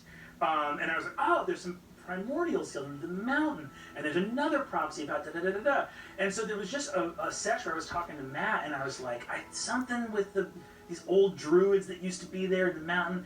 And Matt was like, And I think Matt fully pitched all of the stuff surrounding, like, Matt, first of all, the name Gaudrashari is a Matt Mercer original. Cool. When you said it, I was like, after Shari? Yeah. Like, Yeah. He pulled it off the dome so fast. It was fucked up. I was like, what about the Druids? And he's like, the Gaudrashari. And I went, fuck, that was just right there. We watched it happen. Matt Mercer. There it is. Matt Mercer. What the fuck? And then the My I've been mind talking immediately about, went to that. like, The Shari, I it didn't was even. a perfect marriage, I feel like, of because like I was coming in with these like story beat things, right? Because for me, of like especially doing short run seasons, it's like okay, here's the beats we have to hit, and I was like, and then going to the fucking the creator of Exandria, this like, master world builder, and being like, it would be great if Vespin had released the Betrayer Gods from their prison. But there was some other stumbling block that we can focus on in this story.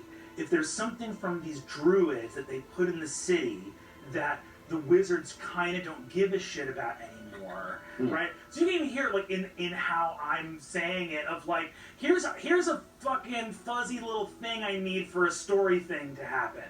And Matt goes like, okay, and just immediately on the call spins this whole thing about the Gaudrashari and the fact that the primordials, there's an analogy to the elemental gates of the Ashari and the idea of the elemental rifts, like the idea of there's this connection to elementalism through the primordials and other stuff like that, and then the Tree of Names being this thing that was itself crafting a druidic protection of the world was also a Matt Mercer original. I mean, you guys, obviously, we know that both of you are super talented, but the way that you guys did this together is just, it's astounding. It's I'm crazy. doing this to camera, but also Matt's literally right there.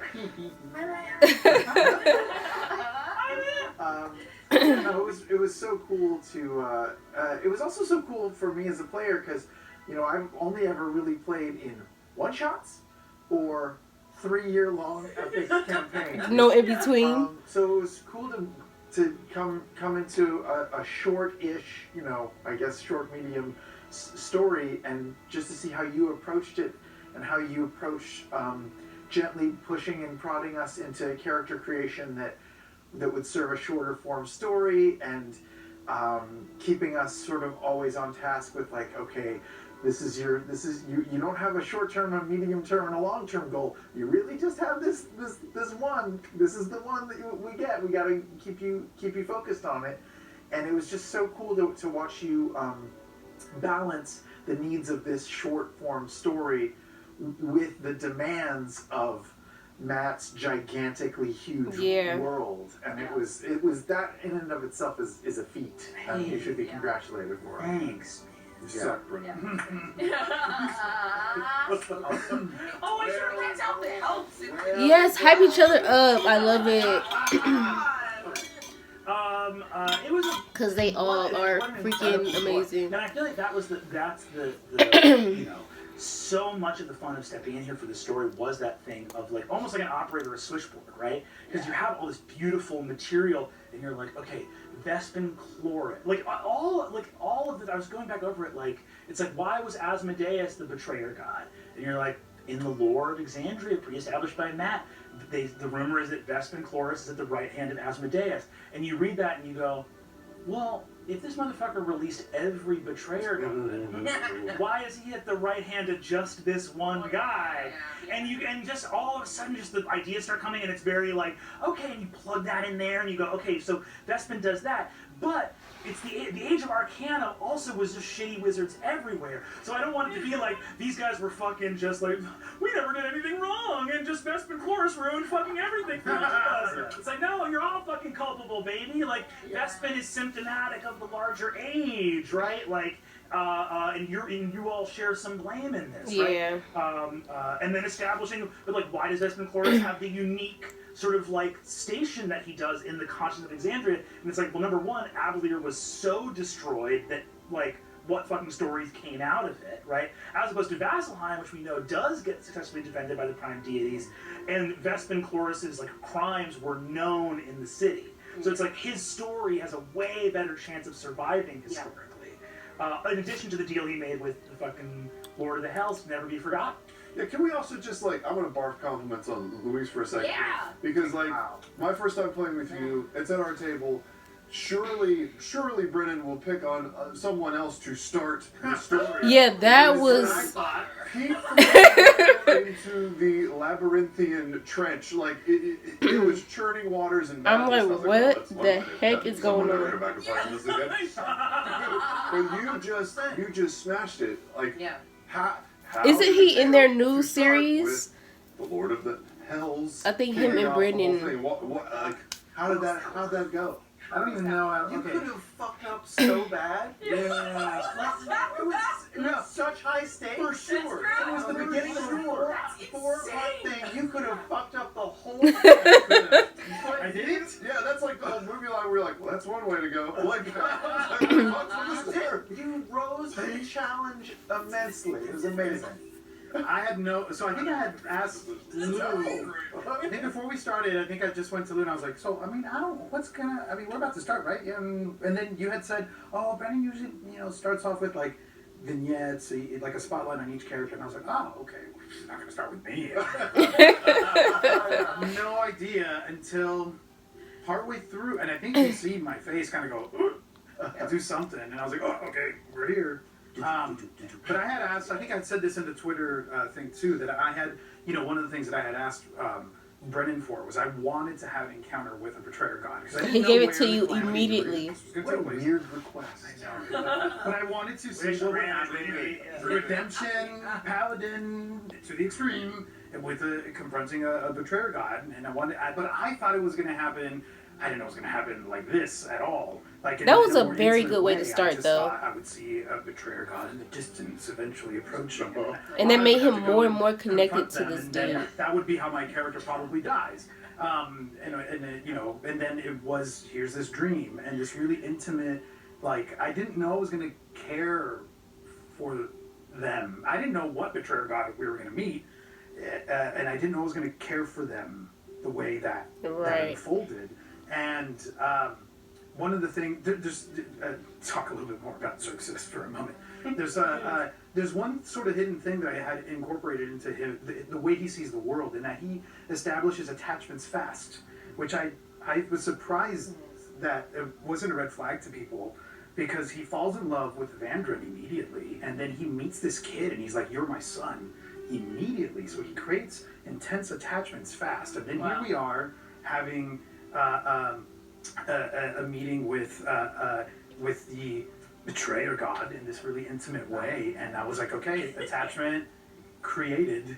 To the point where he is with him for the end of time, trying to get him his redemption arc. That's definitely not the thing you do, but I'm so glad you're doing it. Shout out to the reaction corners, just being like, what? When you came out of the thing and we just kind of we were leaving and it was just like, oh, I guess we gotta all meet up to go fight Lucretia. There was the PC versus actual meme moment of being like, hey dog, you gonna tell me the crazy things that has happened in there, and then time just kept going on. I think he knew he's not it was people weren't going to. I was just standing outside basically the door being like, shit, man, we gotta go. I'll still say the instinct behind it predominantly was he never told nobody, bro, because he knew he was. He could become all kinds. I mean, Elias and Evandrin. This guy was peeling his face off, and he's still trying to save him. Like Evandrin, and so it was super fucking confusing to be like, you're so tender and caring, and also receptive of any intimacy that comes from me, whether it's paternal or so confused romantic. It was so cool, crazy. but it was also it was just wild to watch because it's so. Those I couldn't stay in character with that. Unexpected, bro, unusual. At one point, I feel like in the first game, he did good. At one point, I was like, maybe Luis just didn't hear him. Maybe he didn't hear Brennan that this is the Lord of Hell. Yeah, it's a red guy with big horns. He's like, I don't know, maybe he's hard of hearing or something. Maybe he missed it. Listen, I just need to say, for real.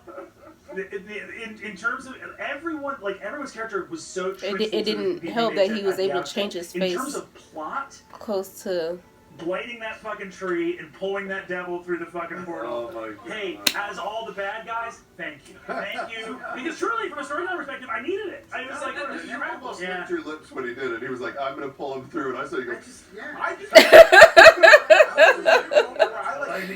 freaking. I had trouble with that as a person of being like, yes, what the fuck are you exactly. That was worse than the tree. mental loopholes you need to jump through to get on fucking Team Save the World. Right, I'm ready to fight you now, bro.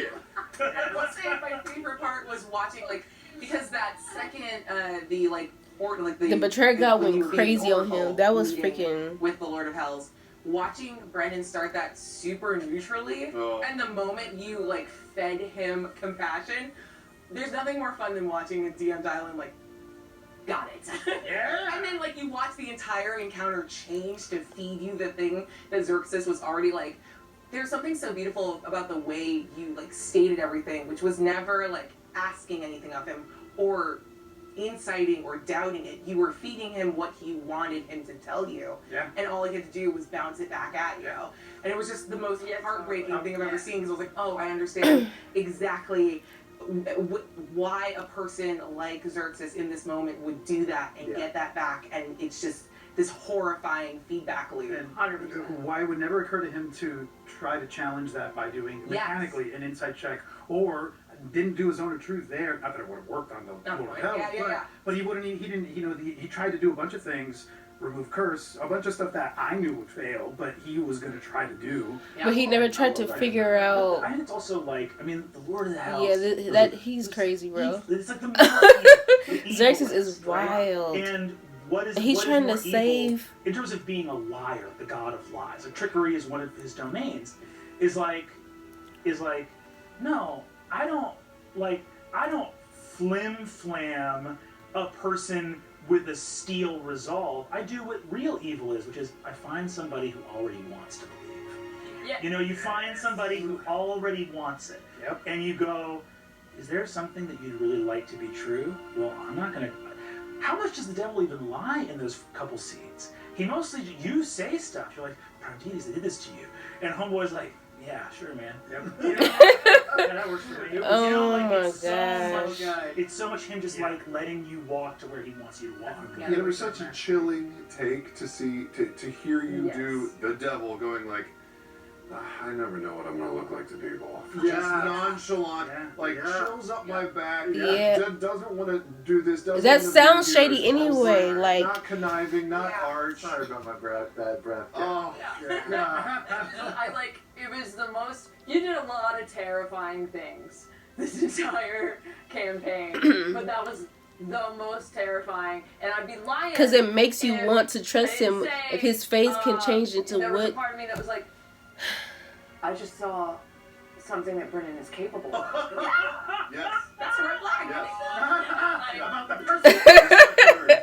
I'm glad that Brennan is like elevated. good, an incredibly good and moral person to his core, because you're It's like, bro, your potential, your potential to be why. This weird manipulation aspect, but that is horrifying. But it's horrifying. Of course, I mean, well, that's the thing is that type of like what's so scary about manipulators is that they actually have. Well, there's a whole thing in there's a whole article talking about the neurology of it, but they literally said like for that kind of manipulative behavior, it's like high cognitive empathy, low emotional not the right word, but in other words, you don't feel it when you hurt people, but you know what will hurt people. Right. Yeah. And it's like those type of people have profound understanding.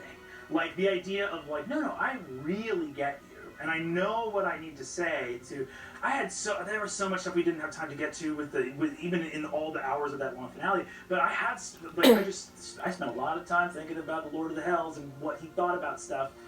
Yeah. And there was a thing of like, if it ever had been a longer conversation after his turning on you, of you being like, of like what was a lie and what was the truth, very little that he said was a lie. There were some lies and they really little said, but when he showed up to you wounded, that's the manipulation of him showing up injured because save me. You already have this hero complex. It's going to be, yeah, I appeared to you injured because you guys love it when people are hurting. Oh wow. Yeah. And he's like, Yeah, you know, exactly. Like, you love it when people hurt. And if I had shown up to you in my full power, you would have hated me because you hate when things stand tall. Ooh. And just really having that thing of him being like, no, you guys are the ones who are fucked up. Yeah. And he's wrong and evil, but it was like finding what he hates about mortals was very fun. And if I scared anyone, good. The fact that you did that with, like, you dropped affectation. Your voices and mannerisms are great for NPCs. The fact that you played When he switched on him was crazy. Right. He's not actually crazy. Very good. He's not really this man. Good. We've been talking for a little bit, and as everyone can see, our mic packs are starting to, the batteries are starting to eat it. But a few more questions before we wrap it up, but I do desperately want to know, Brennan, did you have any contingency plans should the end of the world not come about as expected? I had so many contingency plans. There was a whole plot about the Septarian coming after you guys. Oh, I had the wizards. in a world. Yeah, I had to. Well, we only had 4 episodes, so there was a ton of planning. I had people talk about like in terms of rails. There were a bunch of railroads you guys could have gone on. Those rails just won't ever get to. But in a world where you guys see shit starting to go wrong, and not even all of you, but just one of you goes to the Septarian, or someone goes and says, hey, we should alert other thing, or especially in a case where you all go to the Septarian and say something wrong is happening here and try to get the city on your side, they were going to declare you guys fugitives, and there was going to be a whole thing of them coming after you. I thought That about would it be for horrible. a second because there was someone that the senior site warden reports to, and I was like, nah, if I don't trust these people, I certainly don't trust them. They were like, somebody the wise, somebody the beard, somebody the beard. In terms of the various contingencies, yeah, there were a ton. But in terms of you guys averting the calamity, those contingencies are kind of the most boring ones. Like in the ones where you don't blight the tree, you don't pull the Lord of the Hells in, then it's like, yeah, Bespin rolls up and the taxmen go evil, and then it's a fight at the tree, or, you know, if you don't pull the Lord of the Hells through, then it's like only Bespin can come through, but he pulls in some devils and they like kill Xerxes, and you know, like it's like most of the contingencies for you guys are less responsible for the calamity is brute force. Something comes in, they use the artifacts from Orwin's office, they use the blood they got from you, some other thing happens. You guys manage to, like, you know, somehow jury rig the helm and stop the city, but then the sun rises and you turn, and then, you know, so it's like all this all this stuff, right, that like I like how it went though. Like that were like some of the most simple ones. Other contingencies, there were a bunch of contingencies also for that final combat, right? That was very interesting. Like, for example, there were a bunch of like you guys holding the taxmen in that first round at the door changed a lot of. That was like huge. That last battle was so. Everyone was so fucking good. The inspiration going to Sarah. We gotta remember that. Wait a minute. Yeah. The last thing I'll say is I actually the contingency I had for Laren. There was that moment at the end with Vespin and the insane nat 20 that got him down. I actually had contingencies for what happened if Laren died. Which, yeah, I was totally prepared for Laren to go down in that last final fight. Essentially, that someone was going to have to make a, you know, unreal, impossible DC Arcana check with disadvantage to figure out her work. To try to complete the last couple. And in fact, it probably would have been Loquacious, which would have been very cinematic in its own. I should have died. I'm sorry. My bad. oh my gosh.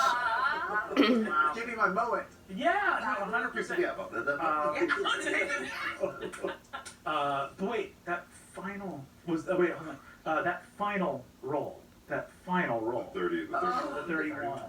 wouldn't have been done without the inspiration, without the buff. I mean, That's right. We were all just throwing everything we had to just like get Sarah out. Oh my goodness. I mean, it was just so good. At least, just from my chair, because he had done all the things he needed to do for his kids.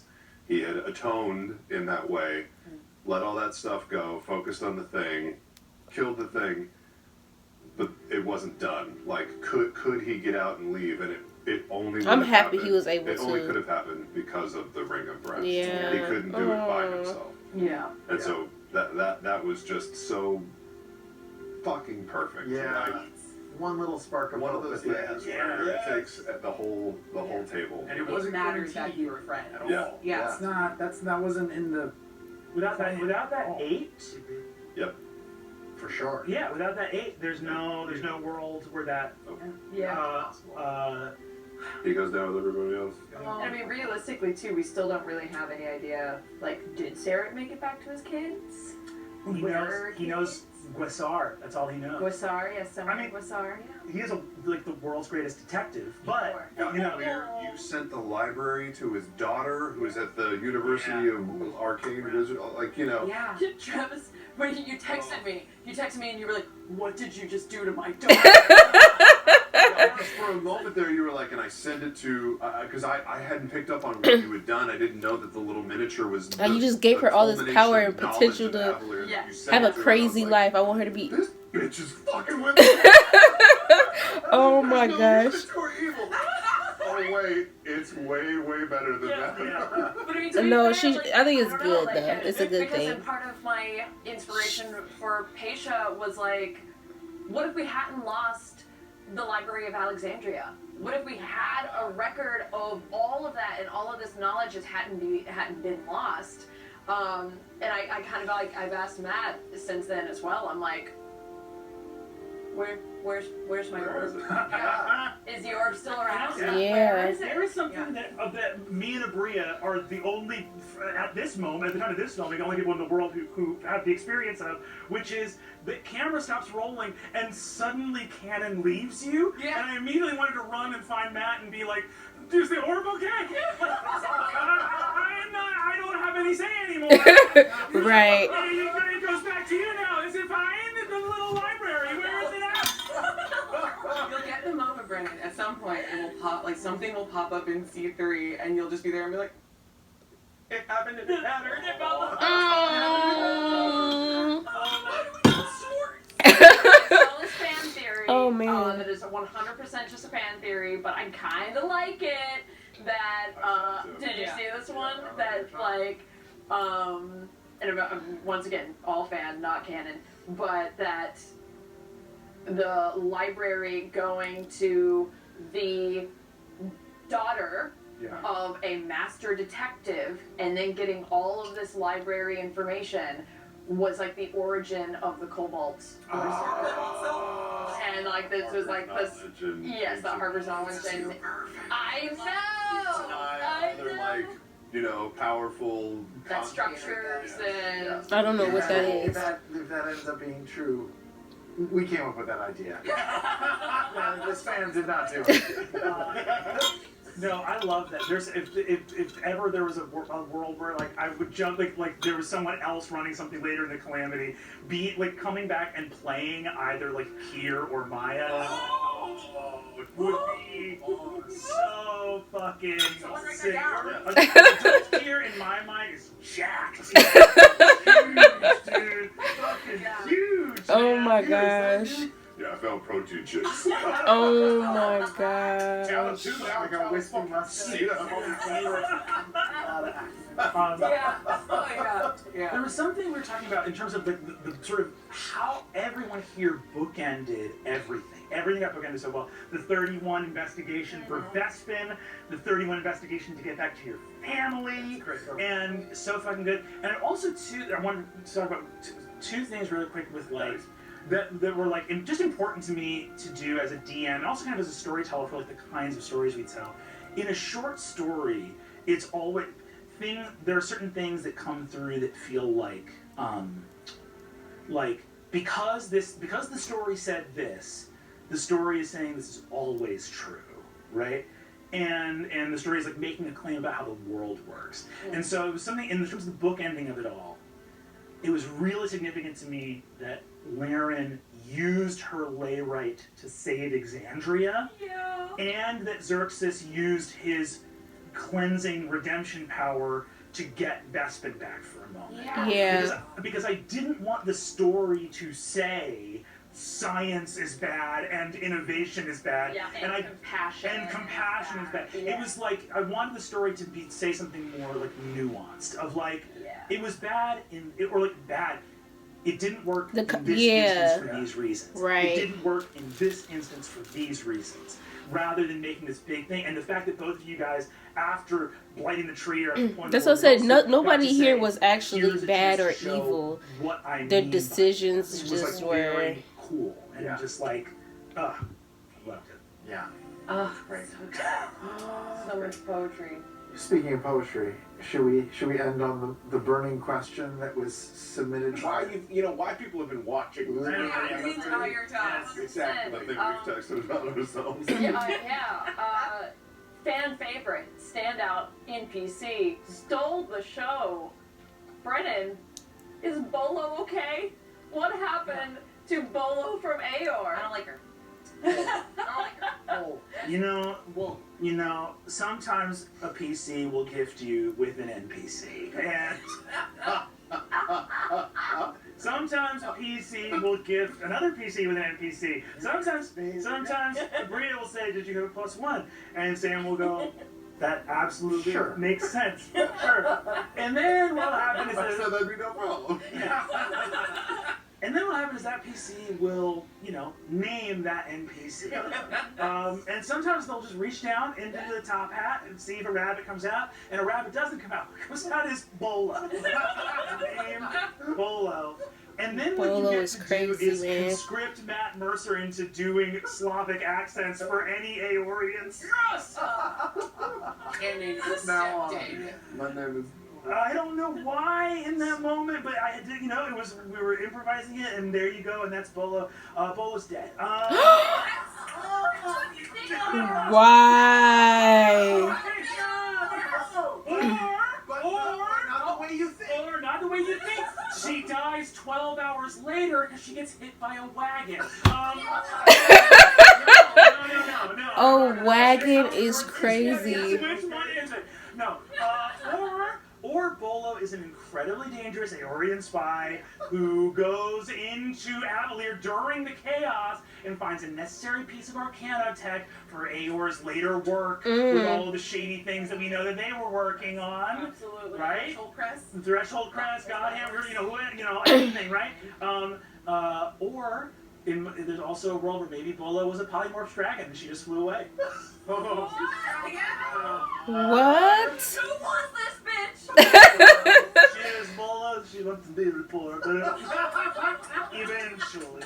This This your house? Not a question, not a statement. I can't imagine Just words. she can't be a polymorph dragon. She Why not? couldn't be. Why not? Well, she doesn't know how to ask. She doesn't know how to get a beer from a Hogmadar. Not all How many beers are dragons out here, Trevor? I don't know. Hundreds? Me and dragons just rolling up in the book. Excuse me, might I have pints of beer? Yes. No, everything. If you actually kind of think about it, the dragon theory kind of makes a lot of sense. There's kind of a bit that makes a lot of sense. It builds. Same because she doesn't know how to get drinks. She wants to be a reporter eventually. Those are all the things we know about Buffalo. Oh my gosh. Didn't Sharino Screwbot make an inside check on Bolo? Didn't you follow her to the I think I was so stunned by Bola's inherent beauty. Oh my Strange gosh. personality that I didn't use my one feet that would have seen any illusions present.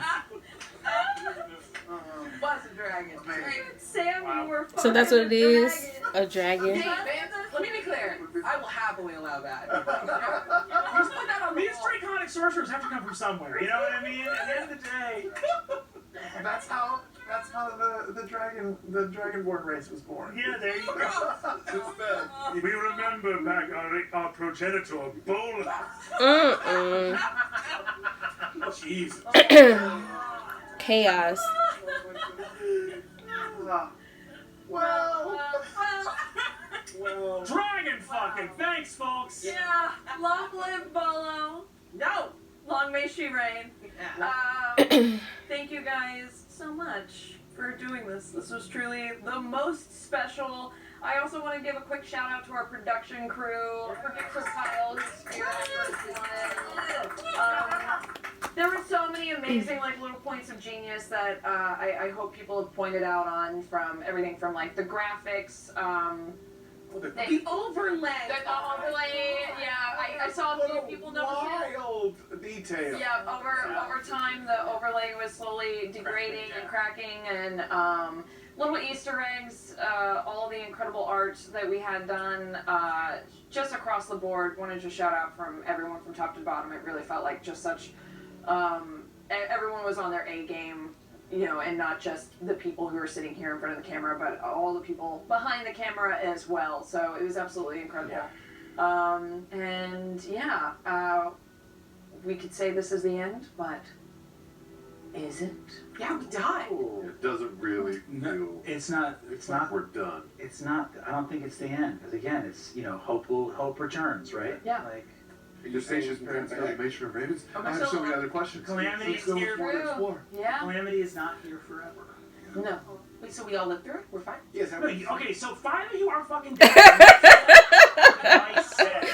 Bolo's alive. Bolo is 100% alive, unless she was dead the whole time. She's undead. Oh my god. Oh, fucking necromancers. Always so dramatic. So dramatic. Thank you guys so much. Thank you to everyone watching at home. We love you. And it's a Thursday. Yay! Yay!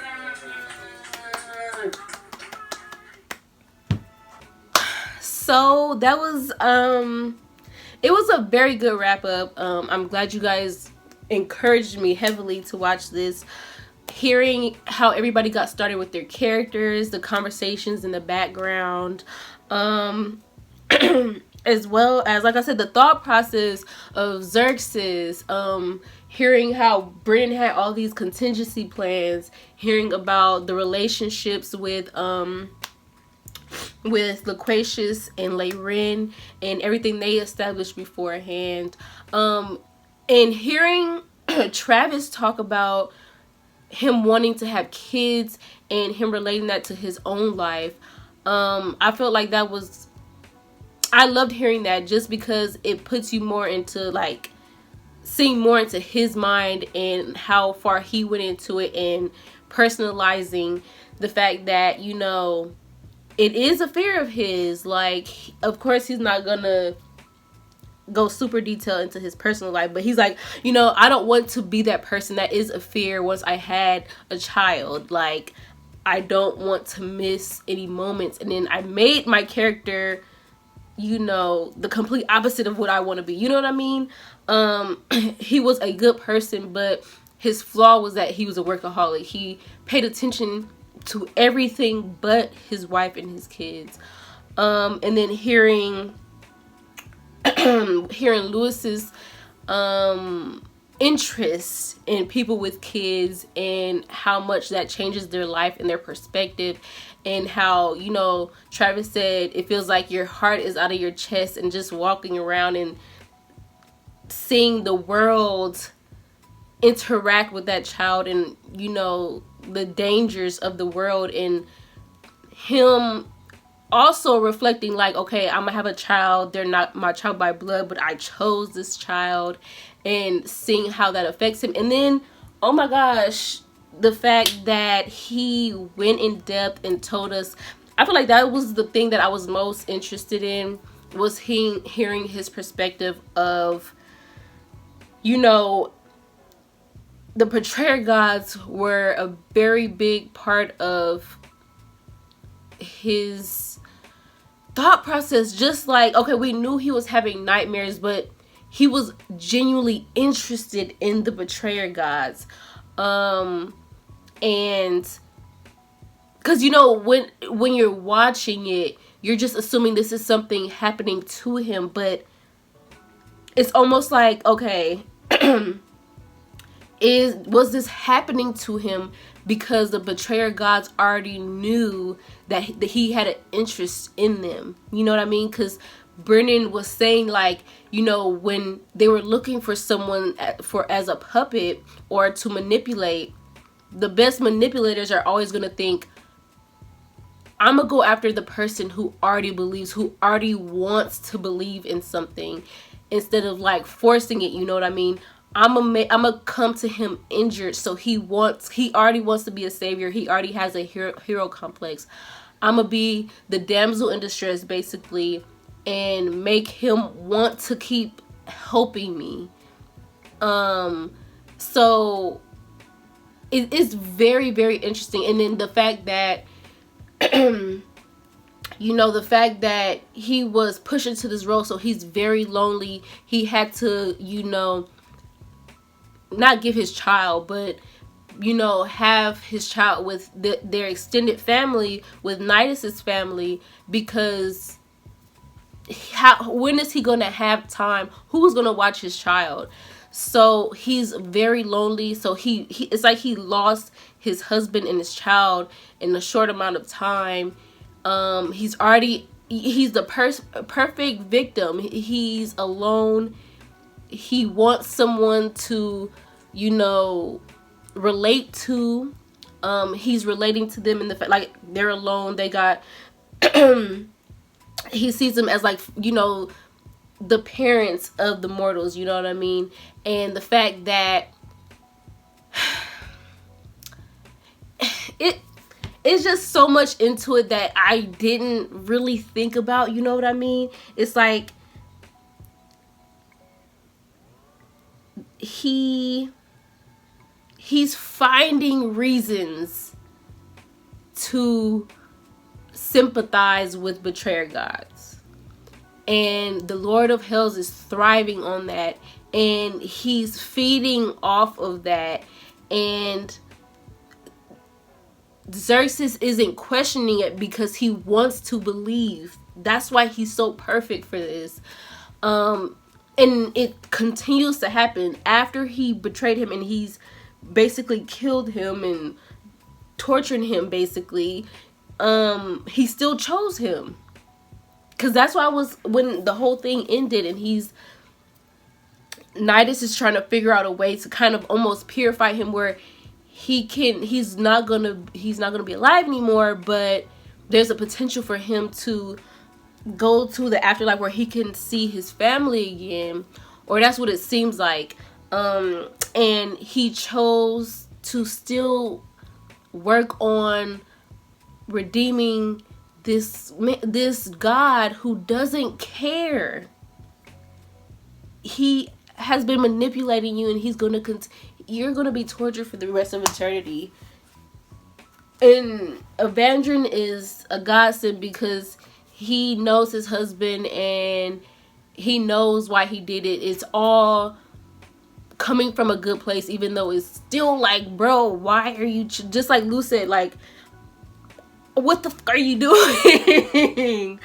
That's why I said I was very much more interested in his character and his mistakes than, like, you know, people who are super mad with Layrin and her choices. It's like, I feel like that's just a natural progression of, you know, someone, like they said, they're privileged, and, you know, they're intelligent, they have all this power, and they're going to try to get what they want, and they're not going to think about the consequences, like Nidus said, like, oh, I know how bad things are going to get, so I'm trying to stop you. And Layrin and Paisha, they're not used to, you know, big consequences. But with, like I said, with Xerxes, it's just like, bruh, what are you doing? But like Brennan said, there's so many instances where it's just like the fact that Sarah is, you know, he's a good person. He just made a very human mistake that I'm sure a lot of people, you know, have made, or, you know, their own parents have made, where they focus more on, you know, their job or providing than their own family. And he had that moment to make up for that, but it doesn't make you just think of all these magical people with all these powers doing bad things and using their power to, you know, make the world how they want it to be. And the fact that, you know, Xerxes, you're like, bruh, what is he doing? Like, his whole hero complex and him trying to save the world and save people and not even thinking about, like, am I the one that should be saving them? And is there other ways to make this happen? It's a lot about him being the savior. But, you know, he had that moment where he helped Vespin, and you realize that, you know, Vespin realized his mistakes and he tries to help, you know, Xerxes helped him and he helped Xerxes. That was like he said, that was a very good moment. And when they were, you know, tipping their hats to each other, I really loved that. You know, when they were giving Sam his props, they were so correct, especially when, you know, Brennan is talking about, you know, adding comedy to that very emotional situation. I didn't realize it, but yeah, when he's giving this emotional speech and everybody is crying or about to cry and he makes this joke, it never makes you feel like what he just said before that wasn't real and it wasn't his real emotions and he didn't mean it. You know he meant it. It's just, this is loquacious. This is what you expect from him, you know. And like hearing about how they all differ, and you know, Sam is the type where he's thinking about everything that happened beforehand, and that's, you know, pushing him and pushing his character. And then, you know, Brennan and Louise, talking about, they're very much storytellers. They're thinking so much about how this story is going to go, and hearing about their conversations before the campaign started, and the fact that Louise is like, you know, Xerxes thinks this and that, and he's having all these issues. I don't know if he's okay. And he believes all these things, but shoot, I don't know if he's right. He don't know if he's right. You know, it's very much, I'm letting the character tell their story. I'm not going to try to make it into this thing and fit him in a box. And the fact that Lou, bro, because when you watch his other campaigns, he's very much, I'm sticking to this character no matter what happens. Him and Louise did that very much so in this campaign, but it's the fact that, you know, he said he was going to be this nasty character, but he had this kind of switch around. But it's like, it's not really a switch around because he's still that person. Like they him and Brennan said, at first he's, you know, catering and pushing Layrin and Paisha forward because he believes in this and he wants to also realize his dreams and be this great person and be a part of something amazing, like, you know, traveling to other planes. And when he hears this prophecy and he's going through all this stuff with the tree, he's like, nah.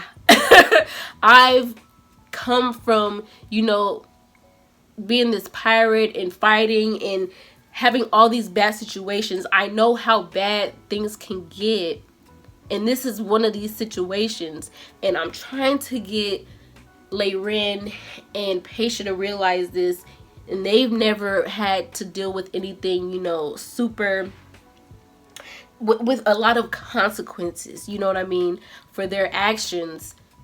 I'm trying to show them and tell them, bro, this ain't it. And I probably should have told y'all about the prophecy. I didn't want to believe it, but now I'm trying to tell y'all. So I feel like he still very much stayed in character, but it was good to see him turn from, you know, how these three were supposed to be nasty, and he's just like, no, I didn't grow up like you guys grew up. I know this is real, and it can get worse. What else? Brennan is freaking amazing. His storytelling, how he brings up certain scenes, like they were saying, like him, how he started off the Calamity series was freaking amazing. And like they said, his him playing their children had us all emotional AF. And the Lord of Hells was phenomenal. Like they said, the manipulation, the flip when he got pulled through the portal. He's like, I don't have to pretend no more, and he's still kind of going along with Xerxes, and he's like, bruh, what do you think this is? He flips out, and I'm just like, he's peeled when he peels his face back. I'm just like, this is crazy. Like that whole freaking episode where it's supposed to be only like a second pass. Like, this is phenomenal storytelling. The way they go about it is just freaking awesome. I very, very much love this. Everybody involved was freaking amazing.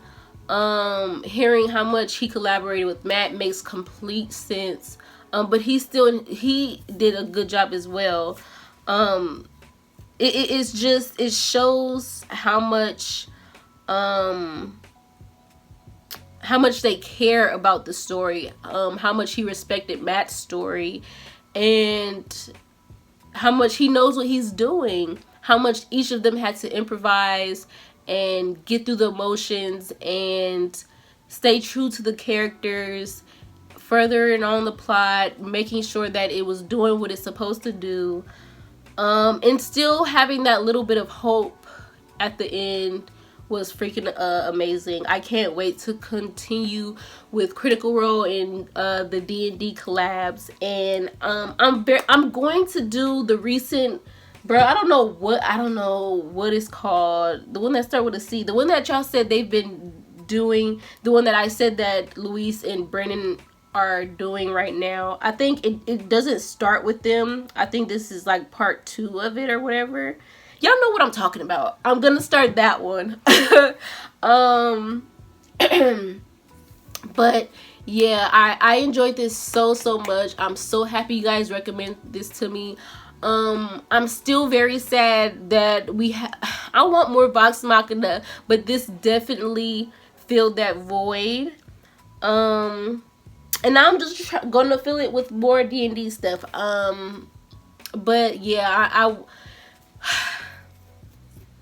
now I'm sad that this ended.